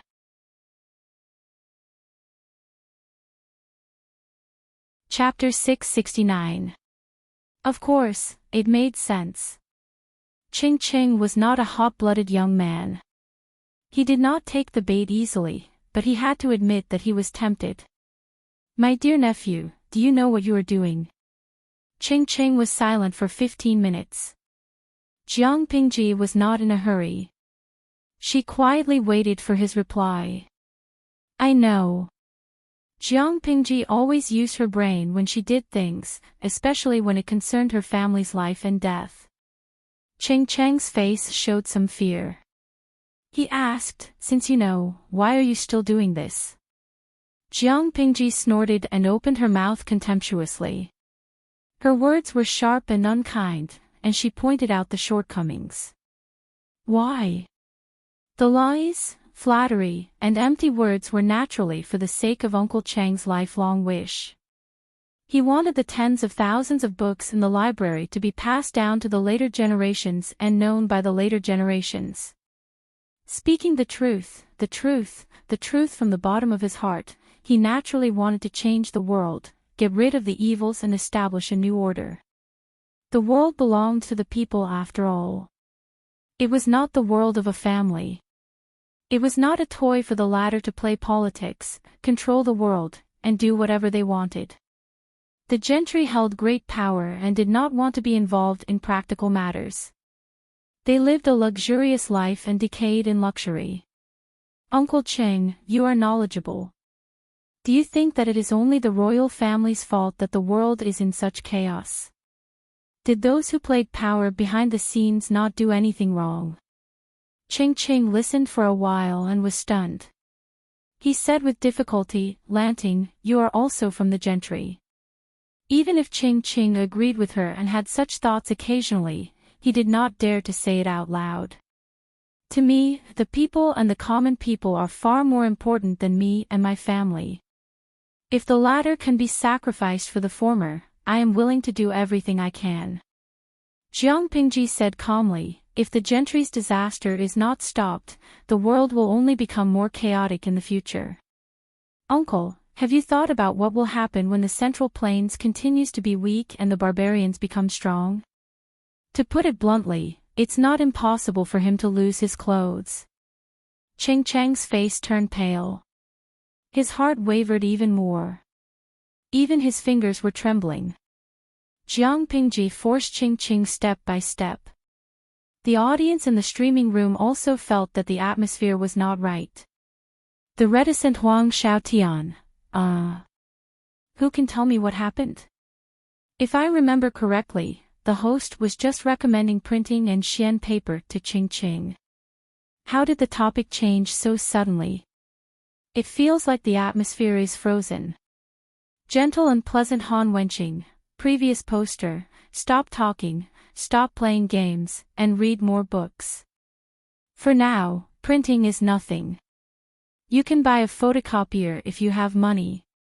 But in the era of the host, printing is a provocation to the entire social system. Do you understand?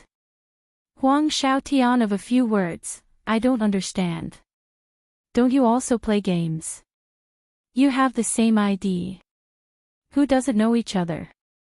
Reticent Yu Wenzhou, simply, the host, in the hosts. And I have different opinions. Most of the books were unique copies, which meant that the culture was only passed down within a small circle of people. This was the advantage of the landowning households. It was similar to the solidification of social class. The audience, it. And. To. You, and the one, and the time. Wrote. Clever mind and dexterous hands Yu Wenzhou. In modern times, families with normal incomes can afford to send their children to school. If they seize the opportunity, they can always climb up the social ladder. In ancient times, it was different. Here, I'm seriously criticizing the theory that studying is useless. How can China, which was full of opportunities 20 years ago, be the same as China now? The children of farmers were farmers, and the children of gentry were gentry. The landowning households were superior to ordinary people, and books were a very important medium. If books were no longer the privilege of the minority, what do you think the result would be? The host was under a lot of pressure. Just like in a game, it's better to line up well than to play well. In this era, it could also be explained in one sentence: it was better to be born well than to study well. No matter how talented one was, no matter how smart one was, one's background alone was enough to crush a bunch of talents. For example, Su Ke, Qiguan Rang, and Yang Si, who worked under Jiang Pingji. Su Ke had once been a slave, and there was an indelible mark on his face. This was a stain on his life. Qiguan Rang was of mixed blood. He was the son of a barbarian from the northern borderline and a woman from the border of the Central Plains. Needless to say, Yang Si had a mother who was suspected to have been born in a brothel, and grew up being fed by hundreds of families. If they were born in times of peace, the three of them would probably die of depression. Even if they had a good mentality, they would not be able to stand out in this lifetime. Wei Xi and Feng Zhen's families were in decline, and they could barely be considered as the down-and-out gentry. Tracing back to their ancestors, they had at least one worthy ancestor. As for Feng Jin, who was born into a wealthy family, his style was completely different. What Jiang Pingji wanted to do was to break the shackles of a background and make it so that studying would no longer be a privilege for some people. As long as one had the ability, there would be a chance to climb up. Many people could not change their background, but they could change their future. To be a farmer in the morning, to be an emperor in the evening. Even if ordinary people and aristocratic families still did not have the same starting line, at least they could see the hope of being on par or even surpassing them. Books, printing, and rice paper. These three were not scary. What was scary was that Jiang Pingji wanted to use them to break the existing system. This was what Qing was worried and afraid about. After a while, his lips trembled, and his voice was as soft as a mosquito's. "You're crazy," Jiang Pingji was calm and composed. "If there are no people, how can there be a country? If there are no countries, how can there be a home?"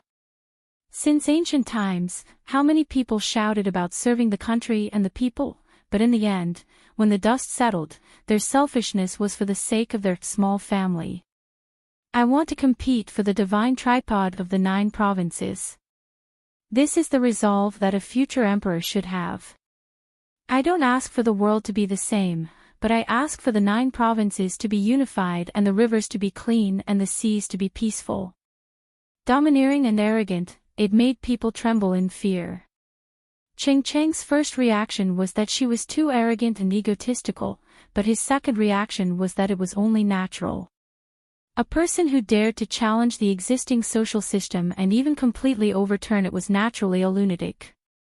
Naturally, she was arrogant and egotistical. Uncle Cheng, you are a scholar. Ching Cheng was instantly speechless, as if someone had pressed the mute button. I thought you had a cold and unyielding character that was indestructible, that no one and nothing in this world could break it. Ching Ching raised his eyelids and spoke in a hoarse voice. You don't have to bewitch me. Tell me, what do you want to do? Jiang Pingji's lips curled up. The raw material of rice paper is mostly sandalwood. Chongzhou has a lot of this stuff. The output is 1,000 times more than bamboo paper, and the cost is low. Wooden printing and mass production of books. I don't want to do anything, I just want to collect all the books in the world and fill up the library. When the area is stable, I will build a library and set up an academy. I will not care about the threshold or background. I will recruit students of the right age. Ching Cheng's smile carried a hint of mockery. That's it. You want me to be a printer and carpenter. How is that possible? Jiang Pingji blinked and said sincerely, I hope that Uncle Ching can take charge of the overall situation. I hope that Uncle Ching can take charge of the overall situation. I hope that you can compile elementary reading materials, revise the historical records, organize the ancient books that have been lost for hundreds of years, and carry forward the past and open up the future.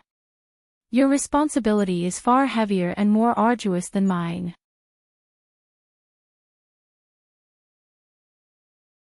Chapter 670. After Jiang Pingji finished speaking, the scene fell into a suffocating silence. Ching Ching had to admit a fact. He was moved. Jiang Pingji's words hit Ching Cheng's weak spot and pinched his lifeline. Even if he was born into an aristocratic family, he could not refute every word she said. It was like the golden words of a saint, and the future would prove that what she said was true. It was a prophecy. How could mortals refute it? When the audience in the streaming room suspected that Ching Ching and Jiang Pingji had pressed the pause button, Ching Ching asked her in a hoarse voice. Aren't you afraid of being smashed to pieces? Jiang Pingji smiled. What's the big deal about being smashed to pieces? Even if I'm nailed to the pillar of shame in history, no one can stop me from doing what I want to do. Life is only 100 years. I don't want to regret it when I'm old. Whether I'm famous in history or infamous for thousands of years, it's impossible for people to live without desires. It's just fame and fortune. For ordinary people, after 2 or 3 generations, even the descendants would forget the name of their ancestors. But if I live in history, no matter who mentions my name, they must remember that there was such a person. She had reached the peak in her previous life. How could she be willing to be ordinary and unknown in this life? If she wanted to make trouble, she would make it bigger. Not only did she want to influence the present for decades, but she also wanted to change the history of the next hundreds or thousands of years because of her. Unify the 9 states and ascend the throne. That was not enough. Ching Ching could not help but smile bitterly. Young people, newborn calves are not afraid of tigers. He had thought that Lu Shi lived in Lu Shi's shadow and followed in his footsteps. Now it seemed that she had long reached a realm of thinking that was difficult for all people to reach. Arrogant and arrogant, there was only one person who dared to use his life to stir up the storm of the times. Jiang Pingji said calmly, the future will prove that I'm right. Whether it's 10 years, 100 years, or 1,000 years, I can wait. Ching Ching was surprised. He knew the real meaning of Jiang Pingji's words. She did not mean that she could live for so long, but she believed that she was right. No matter how far in the future future generations would prove that she was right. How confident was she? Forget it. Ching Ching calmed down and realized that his hands were still shaking, and his breathing was disordered as if he had run a long way. His undershirt was already soaked in sweat. I'm old, and I don't have the energy to play with young people. Ching Ching hadn't been convinced by Jiang Pingji. The audience in the streaming room couldn't help but complain in the bullet screen. The anchor's hot-blooded and Chinibyu words just now made them feel hot all over and their blood was boiling. Why was Ching Ching still indifferent? Scheming Yang Cici, heh, the host's ever-successful trick has finally hit a wall. Everyone should celebrate. Loyal and honest Yi Bushio, TSK, young man, you're wrong. I'll bet a pack of cigarettes on the streamer. Liu Ciji Lianming, hey, can you change your IDs? You can't be so ruthless, right? Heart-piercing. Eloquent Josekai, keep up with the times, keep up with the trends, and never change. Hand speed expert Yu Wonjo, hashtag tender smile, I've already changed. Gue Kai Guo Fengxiu, to the one above, you should change back to your original ID. This time, your ID is even more ruthless. Jiang Pingji didn't understand their jokes, but looking at the bullet screen, she could mostly guess that these IDs were the products of natural ruthlessness. Host V, loyal and honest Yi Bushio, you've guessed correctly. As soon as she sent this bullet screen, Ching Ching, who seemed to have rejected her, spoke again. Even a young man like you isn't afraid. Why should an old man like me, who has one foot in the grave, be afraid? Other than true scholars, others couldn't understand how attractive Jiang Pingji's blueprint was to Ching Ching. A warrior would die for a bosom friend. Without a doubt, the teenager in front of him was the bosom friend that Ching Ching had been searching for half his life. Ching Ching said with a complicated expression, I only hope that you don't disappoint your original intentions and don't forget what you said today. The road from humble to supreme was too long, and there were too many temptations. Ching Ching didn't know if the future Jiang Pingji would still not disappoint her original intentions when she looked back. Could this teenager withstand all kinds of temptations? From the beginning to the end, would he not change his original intentions? Jiang Pingji smiled and said, of course. Of course she wouldn't change, because for Jiang Pingji, that was faith. From meeting Ching Ching to successfully persuading him, Jiang Pingji spent more than an hour. Her achievements were still brilliant. When Su Ku heard the news, he couldn't help but tease her. My lord, you're successful in every endeavor. Qiguan Rang secretly rolled his eyes. He didn't think it was something to boast about. Jiang Pingji threw something to Su Ku and said lazily, don't be happy too early, my big accountant. The bamboo slip floated into Su Ku's arms. He looked a little confused. A newcomer had joined the overtime team. Why couldn't he be happy? Su Ku curiously untied the bow on the bamboo slip.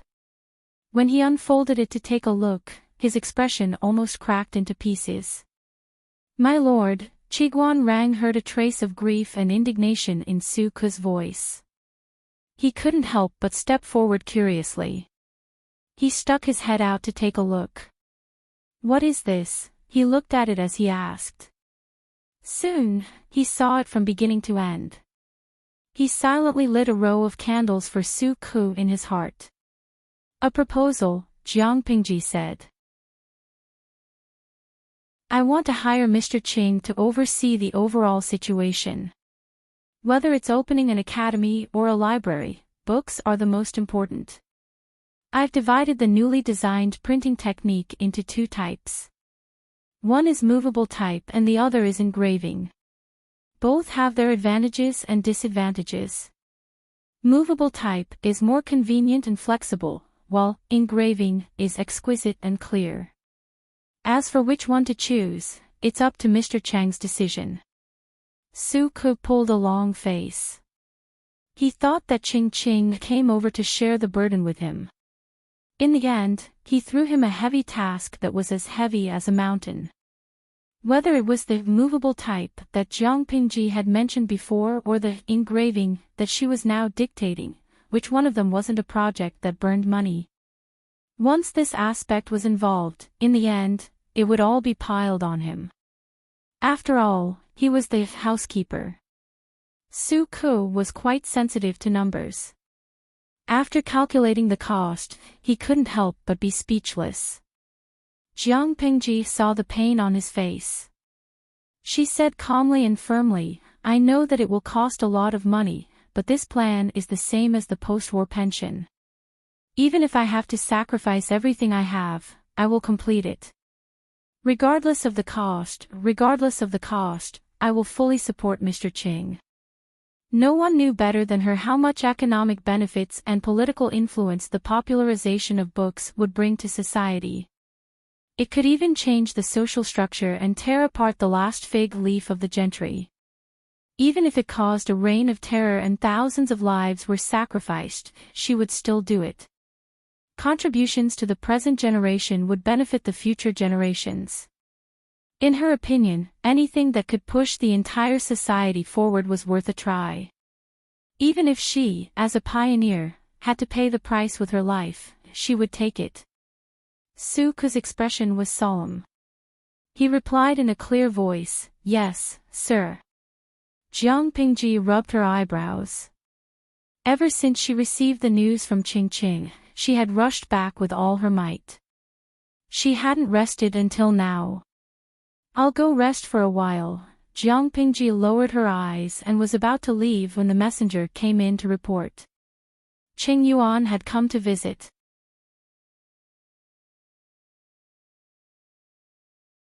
Chapter 671. Ching had 2 sons and a daughter. Ching Yuan was the second legitimate son of Ching and his wife. Ching Yuan's courtesy name was Gong Liao. "What is he doing here?" Jiang Pingji frowned imperceptibly.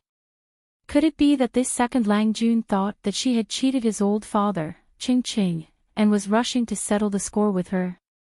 Thinking of this, she smiled dumbly. "Xiaoyu, go and test the other party's intentions first," Su Ku smiled bitterly.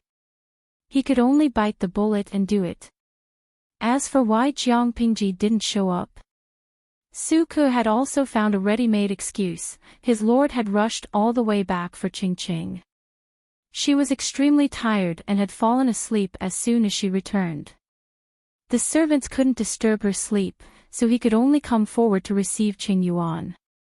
It was a perfect excuse. Not only could it save face for both sides, but it could also perfectly explain his lord's laziness and avoidance. It would also flatter Ching at the same time. Ching Yuan had just passed his 20s. His face still looked a little tender and youthful, but the aura around him was quite peaceful. There was a kind of steadiness and calmness that didn't match his age. Su Ku could be considered experienced and knowledgeable. Just by looking at Ching Yuan's bearing, he felt that he was a loyal and sincere person. After a further conversation, Su Ku was even more certain of his guess. Not only was Ching Yuan not looking for Jiang Pingji to settle the score with her, but he was also there to recommend himself. Yes, he was not wrong. He was indeed recommending himself. Buy one get one free. He had abducted the old one, Ching, and he had also gotten a young one, Ching Yuan. "My lord, look at how much sin you have committed." Knowing this, Su Ku couldn't help but be secretly speechless. "Young man, isn't it good to be alive? Do you know the consequences of recommending yourself? The Wanzhou overtime team welcomes you.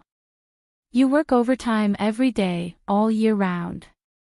The benefits are deceptive, and the leaders are unreliable. If the Lord's brain was damaged one day, the workload would increase several times." Of course, Su Ku couldn't tell the truth. If he scared him away, his lord and other colleagues would fight him to the death. Qing Yuan really didn't know the internal situation of Wanzhou, but he knew how heavy the burden his father had taken on was. If he was not careful, he would go down in history.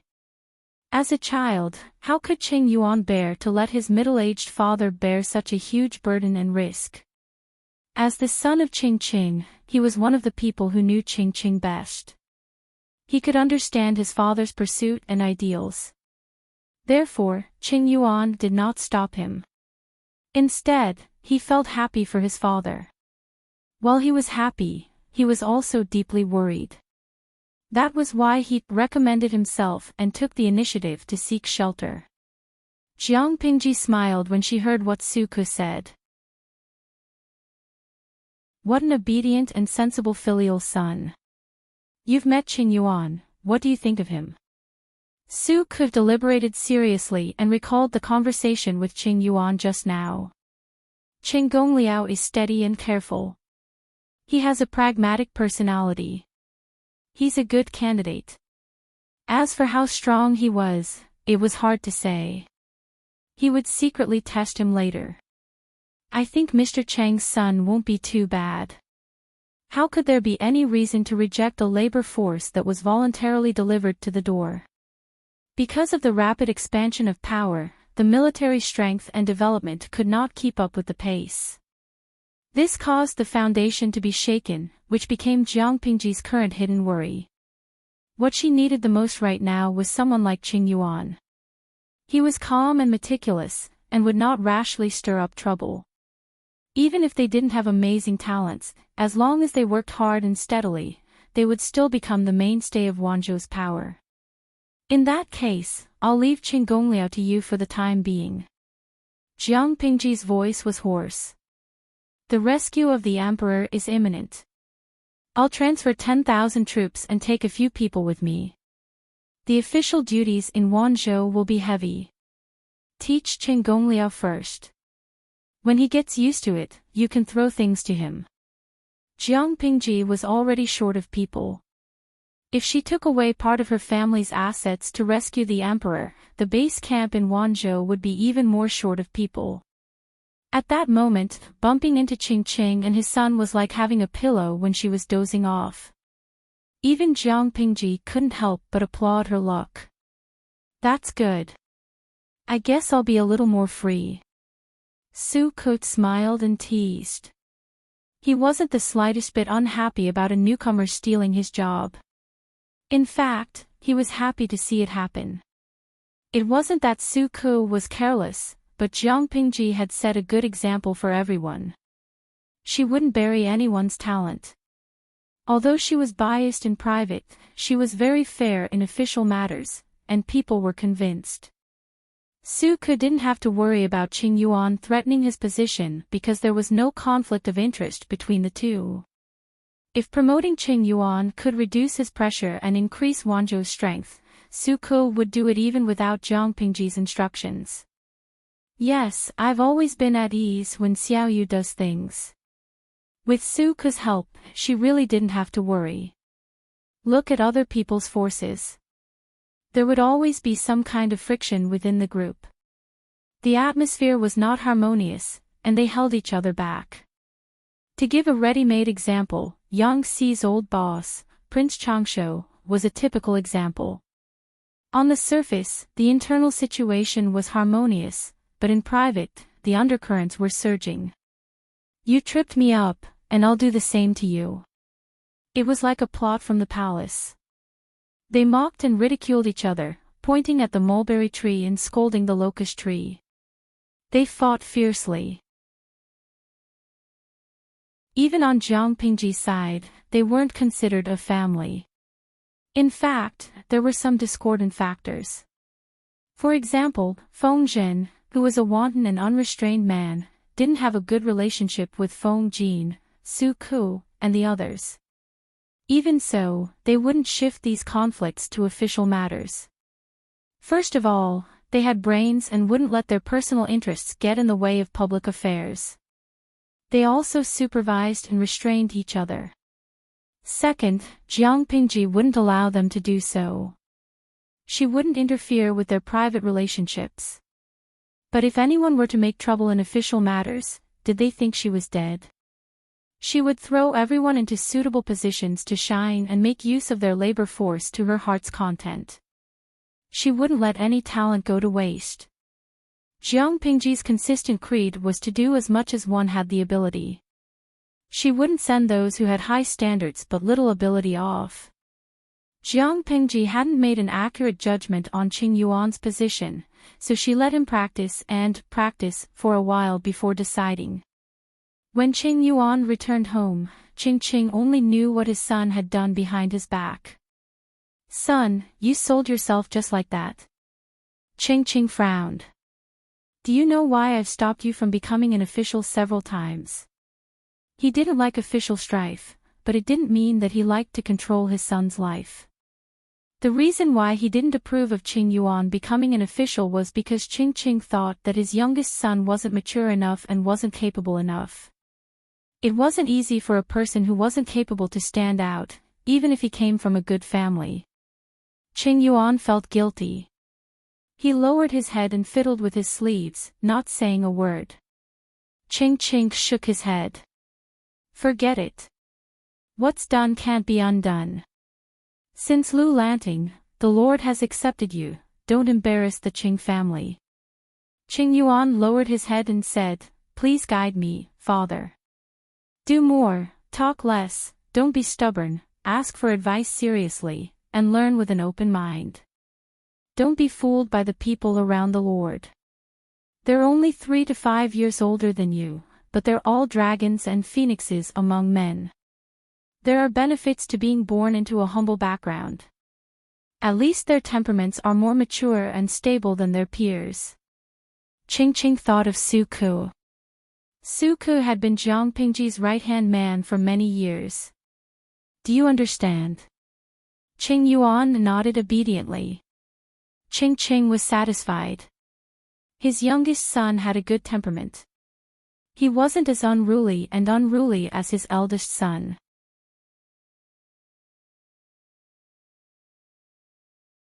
Chapter 672. It turned out that Qing Yuan was gentle and honest. He was indeed an obedient and sensible child. At first, Su Ku was a little worried. What was there to worry about? Naturally, he was worried that Qing Yuan would not cooperate. Qing Yuan had just become an official and was young and impetuous.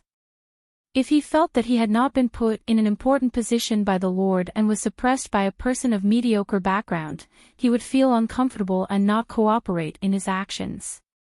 If that was the case, Su Ku would have a headache. Fortunately, the scene that Su Ku was worried about did not happen. Qing Yuan was young and inexperienced, but he was methodical and meticulous. Most importantly, he was humble and eager to learn.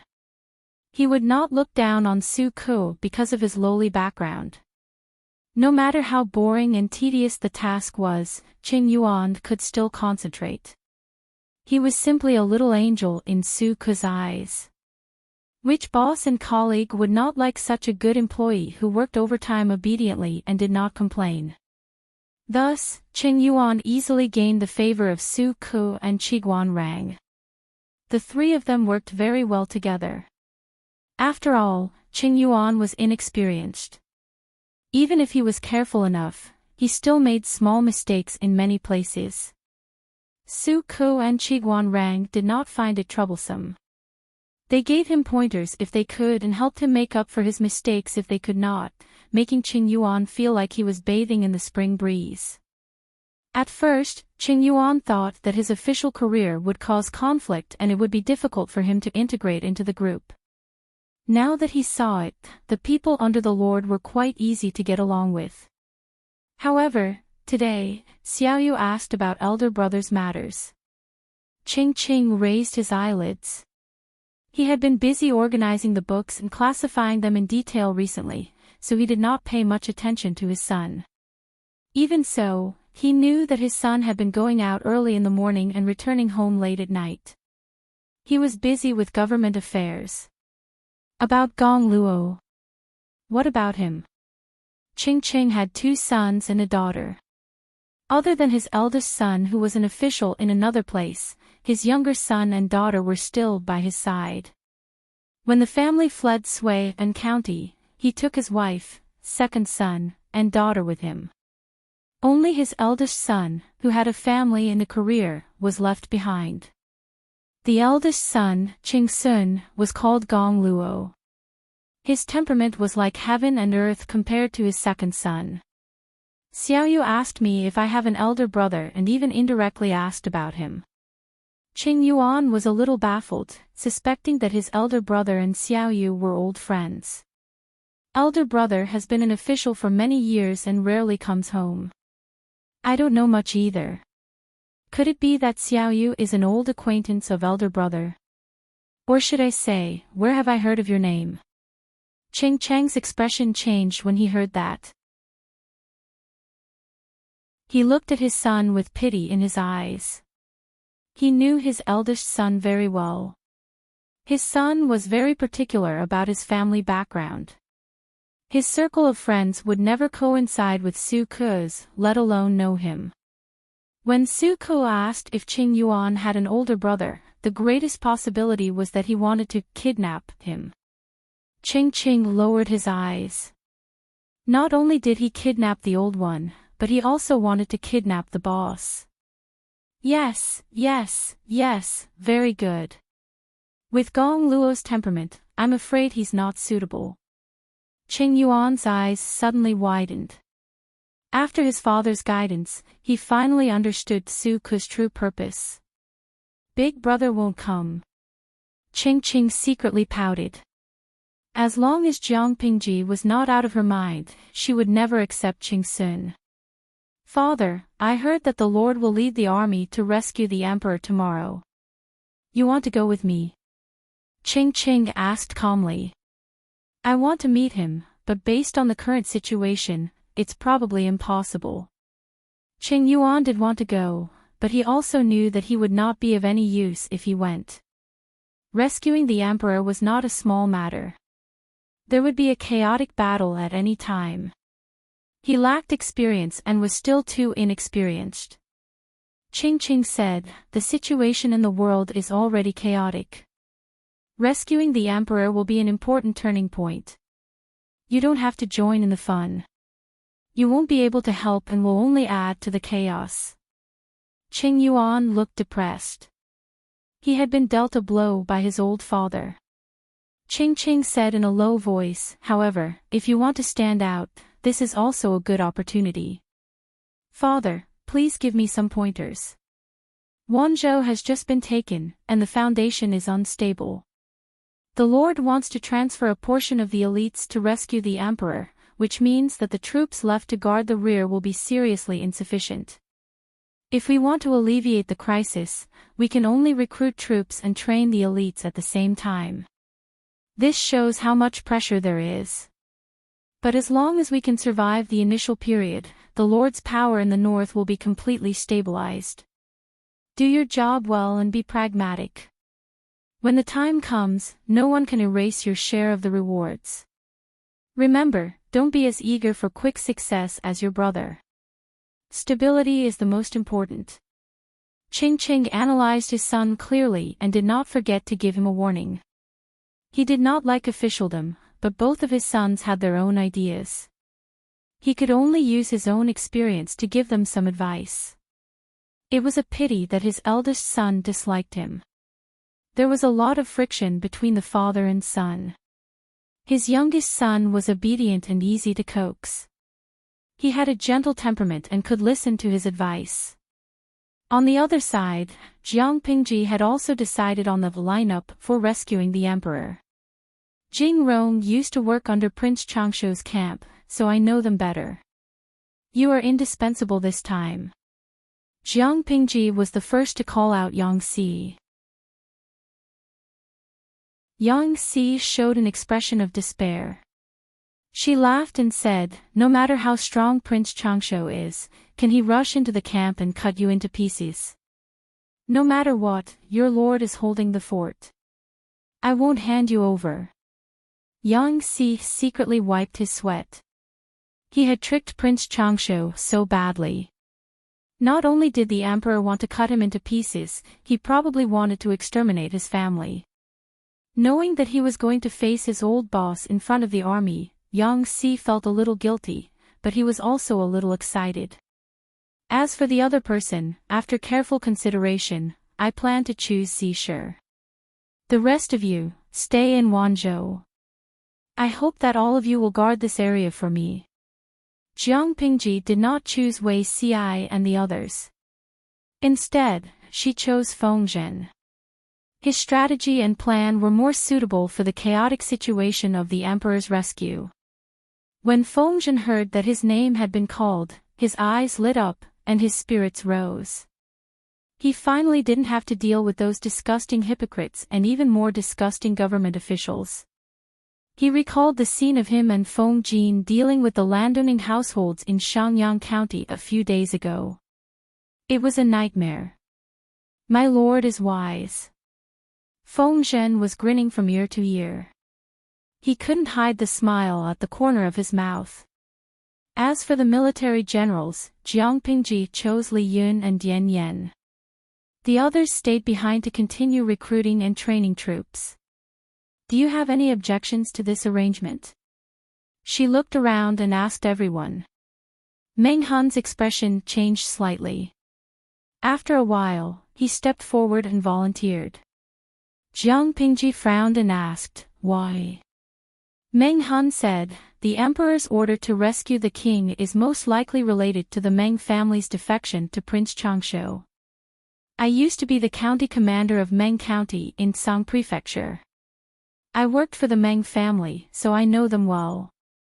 Therefore, I sincerely hope that my lord will allow me to go to war. At this point, he was embarrassed and silent. His expression showed that he was in a dilemma. Meng Hun and the Meng family had an irreconcilable hatred.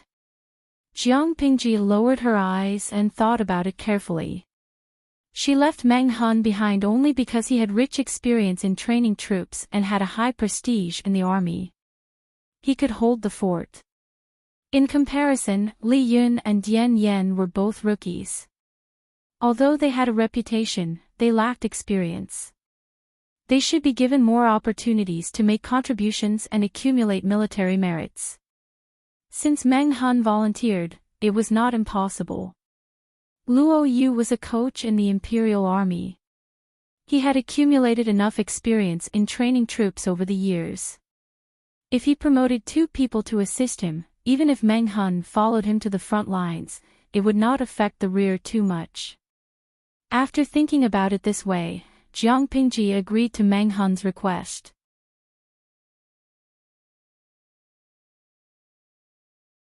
Chapter 673. I'm afraid there won't be any results at this alliance meeting. No matter how many troops I bring, it'll just be a formality. Jiang Pingji pinched her chin and muttered. All kinds of thoughts went through her mind. She said, to prevent the Red Lotus group from reviving, we can't transfer too many troops from Wanzhou. So I've decided to bring 10,000 troops this time. 6,000 elites, 4,000 new recruits, and the rest will stay behind to guard the rear. Qiguan Rang, Feng Jin, and the others frowned imperceptibly. They disagreed with her proposal. Only 10,000 troops. Although Wanzhou's military strength was tight and its foundation was unstable, it wasn't that shabby. Their lord was personally leading the alliance meeting. How could she hold the fort with only 10,000 troops? Her subordinates still had their concerns. They didn't say anything immediately, but the viewers in the streaming room were the first to be dissatisfied. Longevity Su Mucho, no, streamer, are you really that shabby? You're still the governor of Wanzhou, even if it's illegal at the moment. If you don't think you're shabby, others will think you're down and out for the alliance meeting with 10,000 followers. Thinking back to the last century, the leader of the gangsters could bring dozens of followers when he went out for a fight. You'll definitely be looked down upon if you only bring 10,000 troops.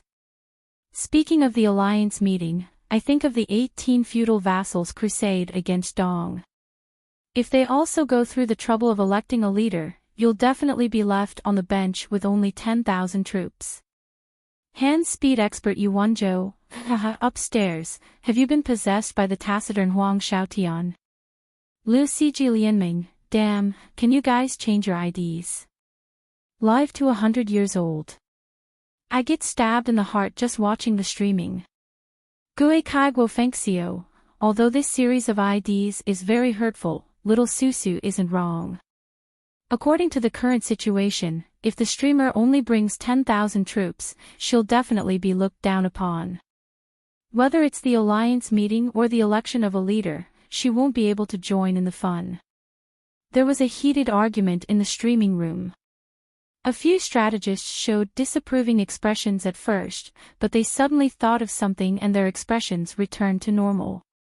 This change attracted the attention of some viewers.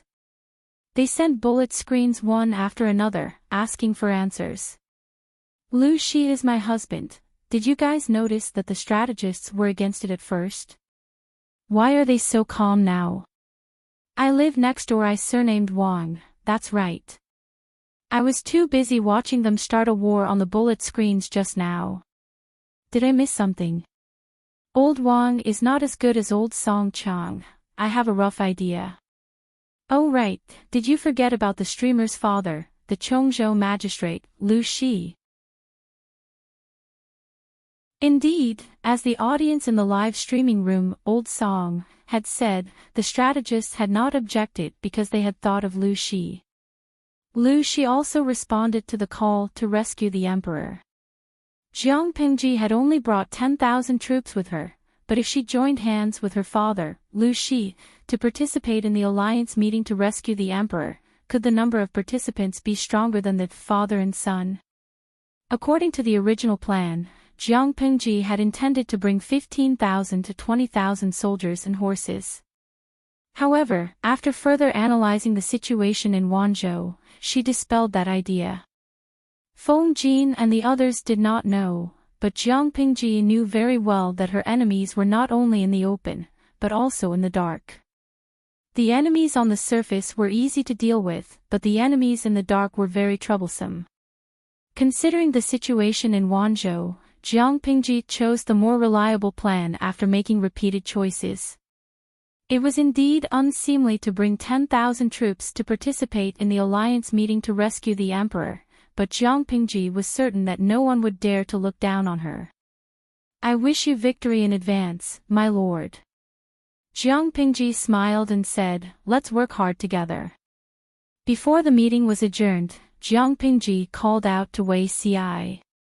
Zixiao, stay here for a while. I need your help with something. Yang Si stared at his friend's face with a complicated gaze. In the end, he was dragged away by Feng Zhen. After leaving the government office, Feng Zhen tucked his hands into his sleeves, a wanton smile on his face. Yang Jingrong, you haven't married yet. Is there something you can't say? Yang Si rolled his eyes impatiently. Feng Zhen was going to be his partner for a while, so he could not give him face.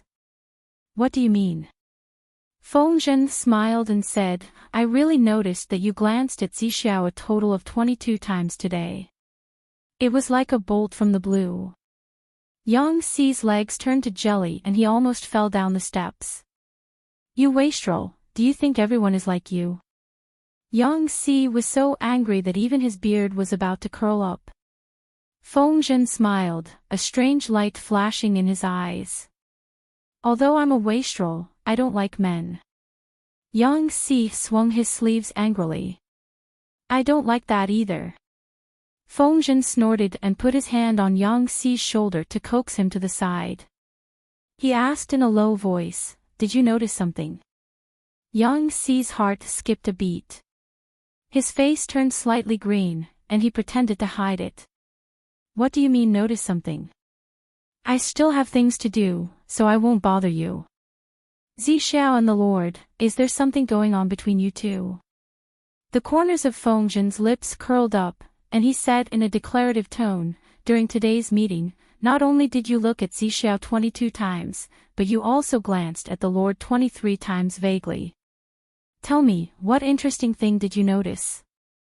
Yang Si almost suffocated. Cooperating with such a gossipy wastrel during the alliance meeting was like being retarded. If you're curious, ask them yourself. Fengzhen folded his sleeves helplessly. I asked, but the Lord and Zixiao denied it outright. You know what kind of people they are. I don't want to play tricks with them. I wanted to get something out of them, but I accidentally lost myself. Yang Si secretly snorted. He also didn't want to play tricks with Fengzhen. Fengzhen was shameless, but he still wanted to save face. Fengzhen said, some time ago, the chef came up with a new dish. It's sweet and sour, and it's very appetizing. Don't you want to try it? Yang Si was speechless. She couldn't move him with words, so she changed to tempting him with delicacies. Did he, Yang Jingrong, look like the kind of person who would lose all integrity for the sake of food? Oh, let's go. It's almost lunchtime. Yang Si strode forward with a smile on his face. He had thought it through. According to Jiang Pingji, she wanted to reveal her true identity. Why not test Fengzhen's foundation first? The two of them had been appointed to go to war, so it wasn't strange for them to eat together. Why couldn't they discuss countermeasures while eating? Neither of them were people who followed the rules. They didn't talk during meals. It was fine if there were outsiders around, but it was fine if there were no outsiders. When Fengzhen heard Yang Si's speculation, his lungs were almost blocked by the tenderloin, and he coughed so hard that it shook the heavens and the earth. Jingrong, are you making a fool out of me? Fengzhen's image was a mess. He didn't have that kind of good or evil aura. Instead, he had the aura of a Chinibu. You suspect that the Lord is a woman. That's the biggest joke in the world. Let me tell you, if a woman looks like the Lord, she won't be able to find a husband in this lifetime. I reckon that she can only become a bandit, rob houses, and forcefully kidnap a man from a good family to be her husband. Yang Si was speechless. Fengzhen couldn't help but recall the scene of him and Jiang Pingji secretly drinking and eating meat. The Lord does look a little feminine, but no matter how you look at him, he's clearly a man. When I first came, Fengyi County wasn't so busy. The Lord and I drank together in private and went to brothels many times. Whenever the Lord was around, the courtesans couldn't be bothered to look at anyone else. Whatever obscene lyrics and songs, what common folk stories, what dirty talk, the Lord would just open his mouth. You say, this kind of old gluttonous person immersed in the mortal world, is a woman? Do you believe it? Yang Si was speechless.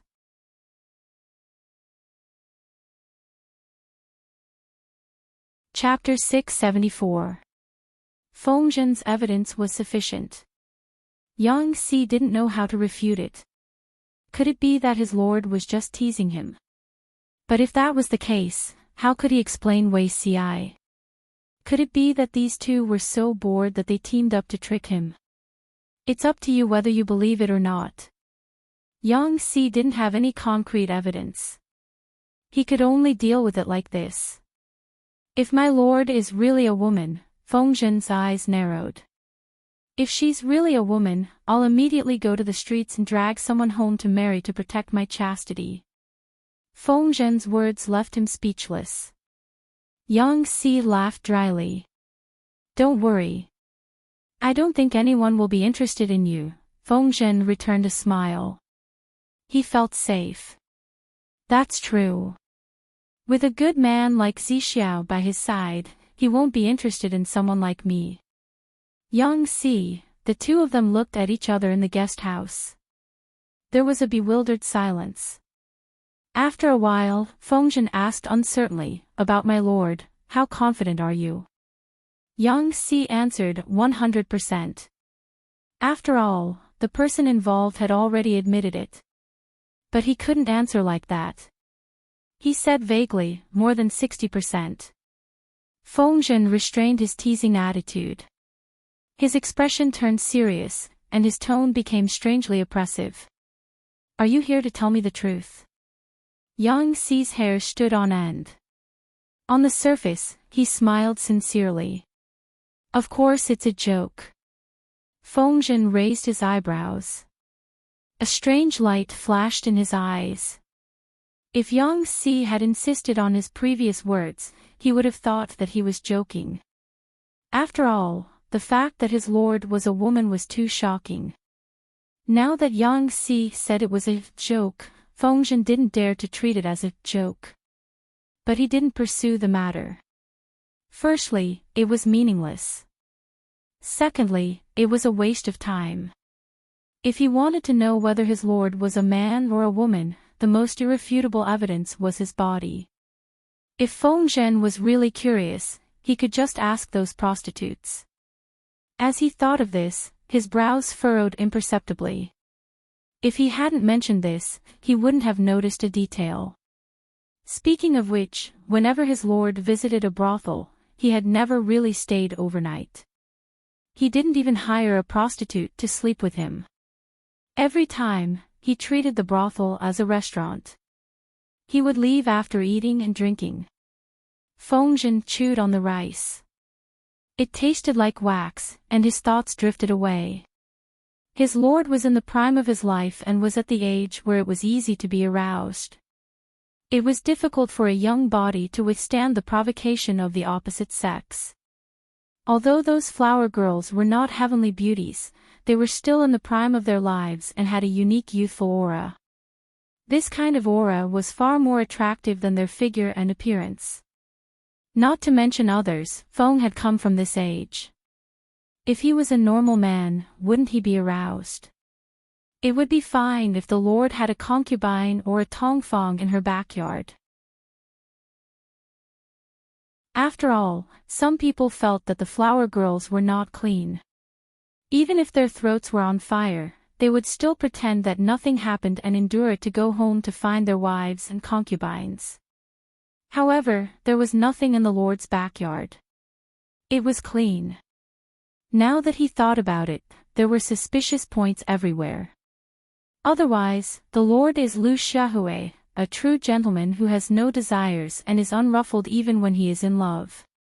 Either that or the lord was incompetent and couldn't stand up in the face of heavenly beauty. If it was the second one, it would be a pain in the ass. If he couldn't stand up, he wouldn't be able to give birth to an heir. Without an heir, it would mean that he wouldn't have a foundation. Or the lord wasn't a man. He or she was a woman.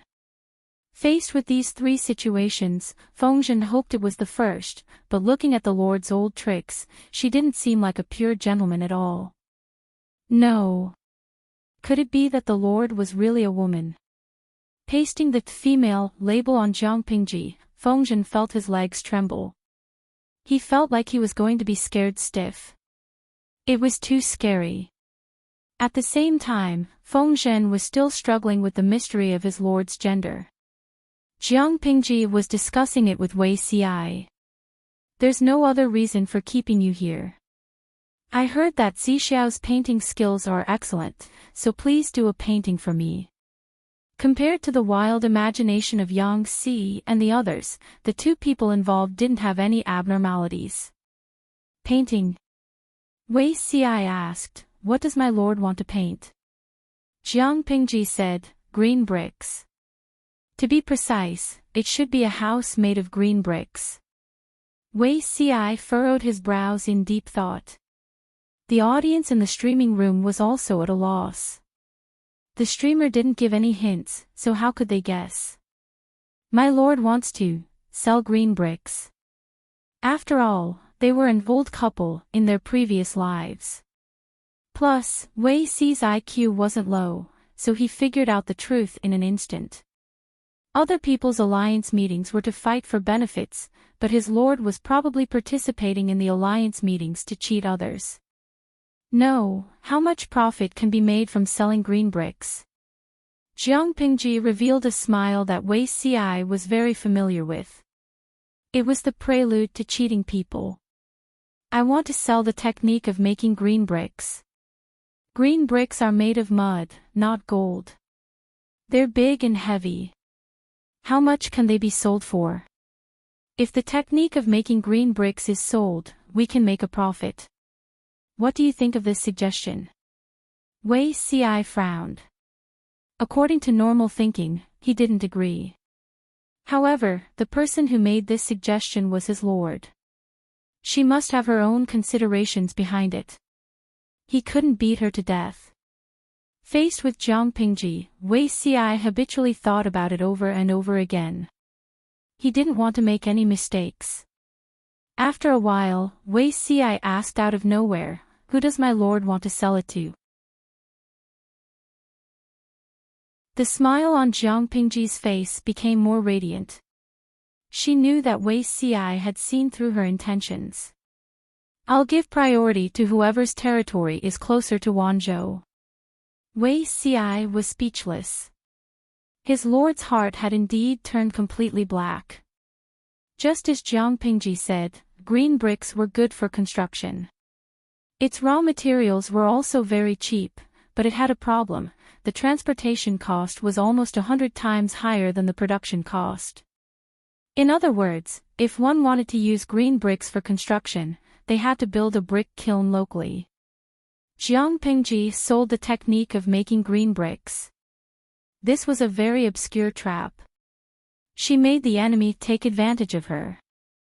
They contributed manpower and money, dragging down the enemy's pace of development. This was the first reason. When Jiang Pingji stabilized her foundation and completely digested the forces in Wanzhou, she would turn around and attack the enemy again. After taking over, she wouldn't even have to worry about post-war construction. This was the second reason. Because of the horse plague, the economy of the three tribes of the northern borderline has hit rock bottom. The horse farms are almost barren, and their combat power has been reduced by 80% to 90%. If they want to recover, it will take 3 to 5 years. Before that, we have to consolidate our power in Wanzhou and further expand our territory. Jiang Pingji's target was still the three tribes of the northern borderline. However, with the military strength of Chongzhou, Wanzhou, and Hu County, it was impossible to completely destroy the northern borderline. Therefore, she still needed to grow further. Or, she could think of ways to weaken the enemy at the same time. Jiang Pingji narrowed her eyes as she thought about it. "Zixiao, what else do you think the northern borderline relies on besides cavalry and horses?" Wei Ci met her eyes and said calmly, "Pasture." Jiang Pingji said, "You understand me very well." The two of them looked at each other and smiled. Everything was said without words. The audience in the streaming room shuddered in unison.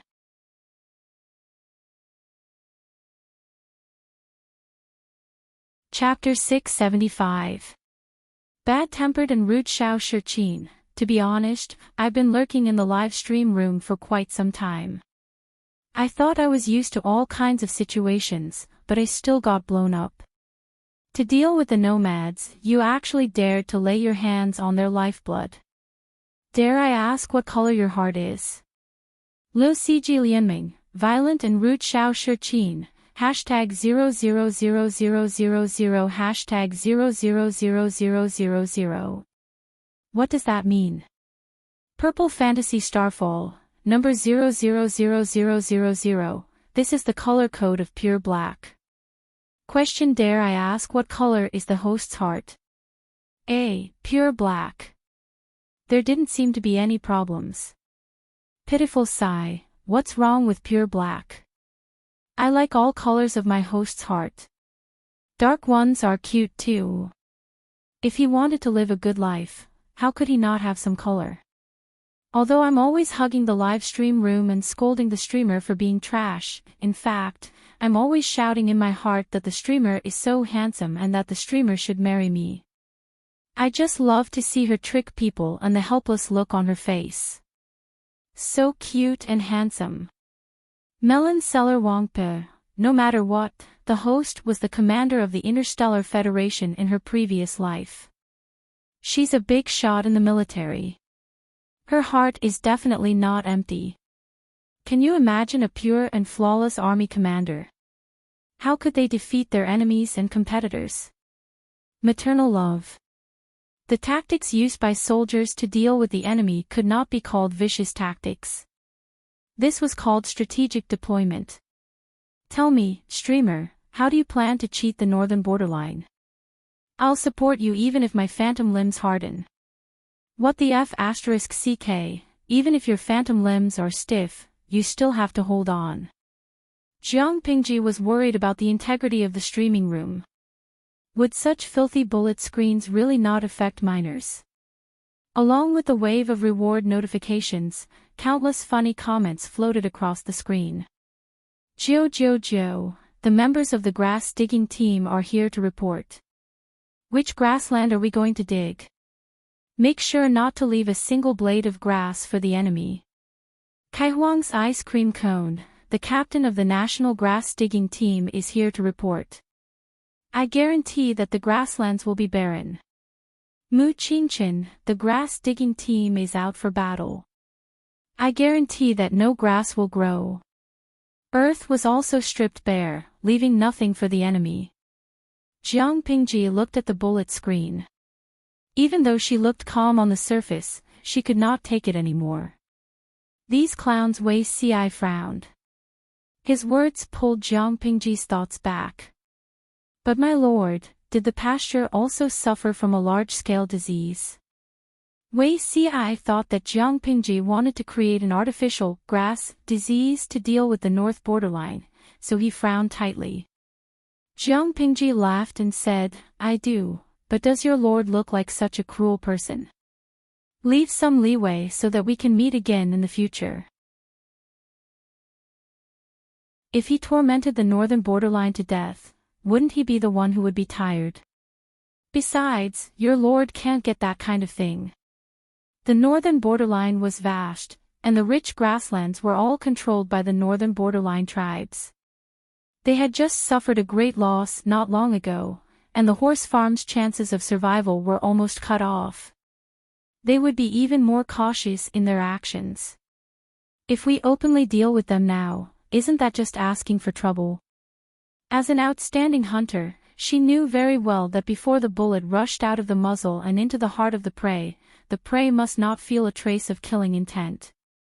If she wanted to plot against the northern borderline, especially the northern borderline, which was on high alert, she needed to hide her murderous intent. After all, she still had a group of little princesses waiting to be fed, so she had to be cautious. Wei Ci cleared his mind of distracting thoughts and used a declarative tone. The Lord already has a countermeasure. Jiang Pingji said, naturally. I also intend to leave this matter to you, because you won't let me down. Except for a few generals, the other strategists were all black-hearted. Excluding Yang Si and Feng Zhen, who needed to follow the army, Jiang Pingji carefully considered Qiguan Rang, Su Ku, Feng Jin, and Wei Ci. After careful consideration, she chose Wei Ci. Why? Because this person was like her. Before plotting against someone, he could restrain his evil thoughts very well until the moment the enemy died. Humans would always be biased towards their own kind, and Jiang Pingji was no exception. Wei Ci looked serious and bowed to ask for guidance. Please instruct me, my lord. Jiang Pingji said, come closer. Wei Ci stared at her, and the two looked at each other for a while. There's no one here, my lord can speak frankly. In the end, it was Wei Ci who gave in. He respectfully knelt beside her, and the distance between the two was closer than ever. When Jiang Pingji leaned close to his ear and whispered, her warm breath blew on his earlobe, which was dyed an abnormal blood red. His body heated up. His hands were placed on his knees, and they were tightly clenched into fists under the cover of his wide sleeves. When she finished speaking, Wei Ci had the illusion of a lack of oxygen, as if he had soaked in a hot spring for 2 hours. His brain was faintly dizzy. Jiang Pingji saw his reaction and asked with a smile, "Do you understand now?"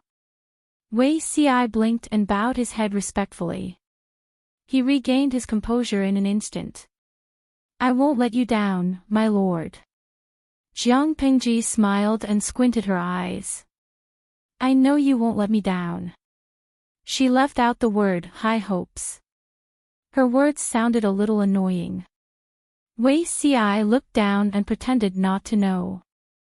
He used his willpower to restrain the abnormality, but his body loyally betrayed him.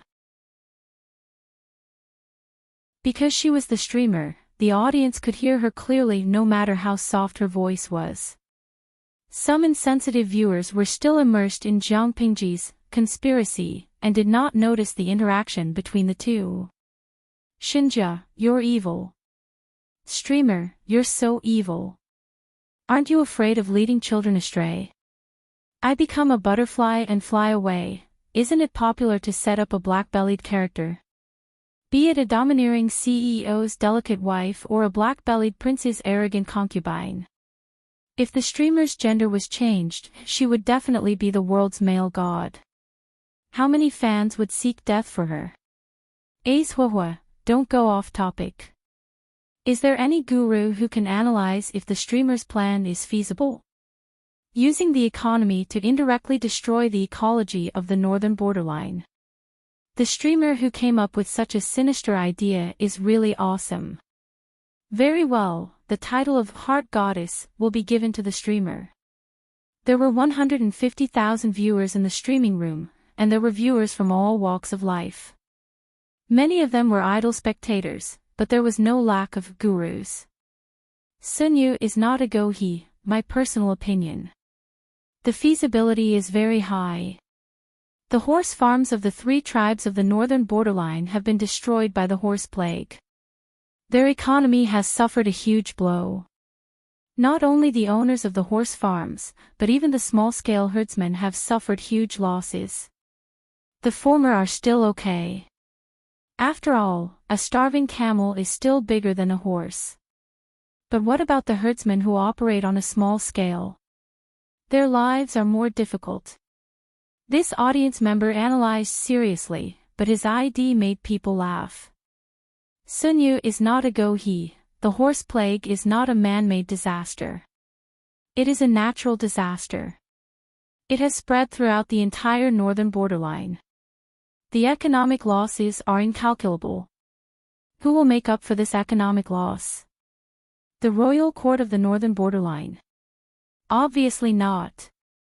Even in a society like ours, once a national economic loss occurs, almost all walks of life will collapse.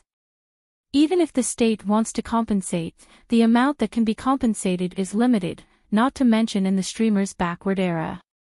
Each family can only think of ways to make up for the losses themselves. That's really a case of suffering in silence. You're tuning into the LoveLore Library YouTube channel. We're so grateful for your support, and don't forget to subscribe to join us on this incredible journey through captivating stories.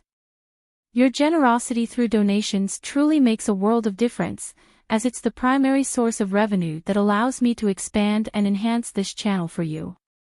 Thank you from the bottom of my heart for being a part of this adventure.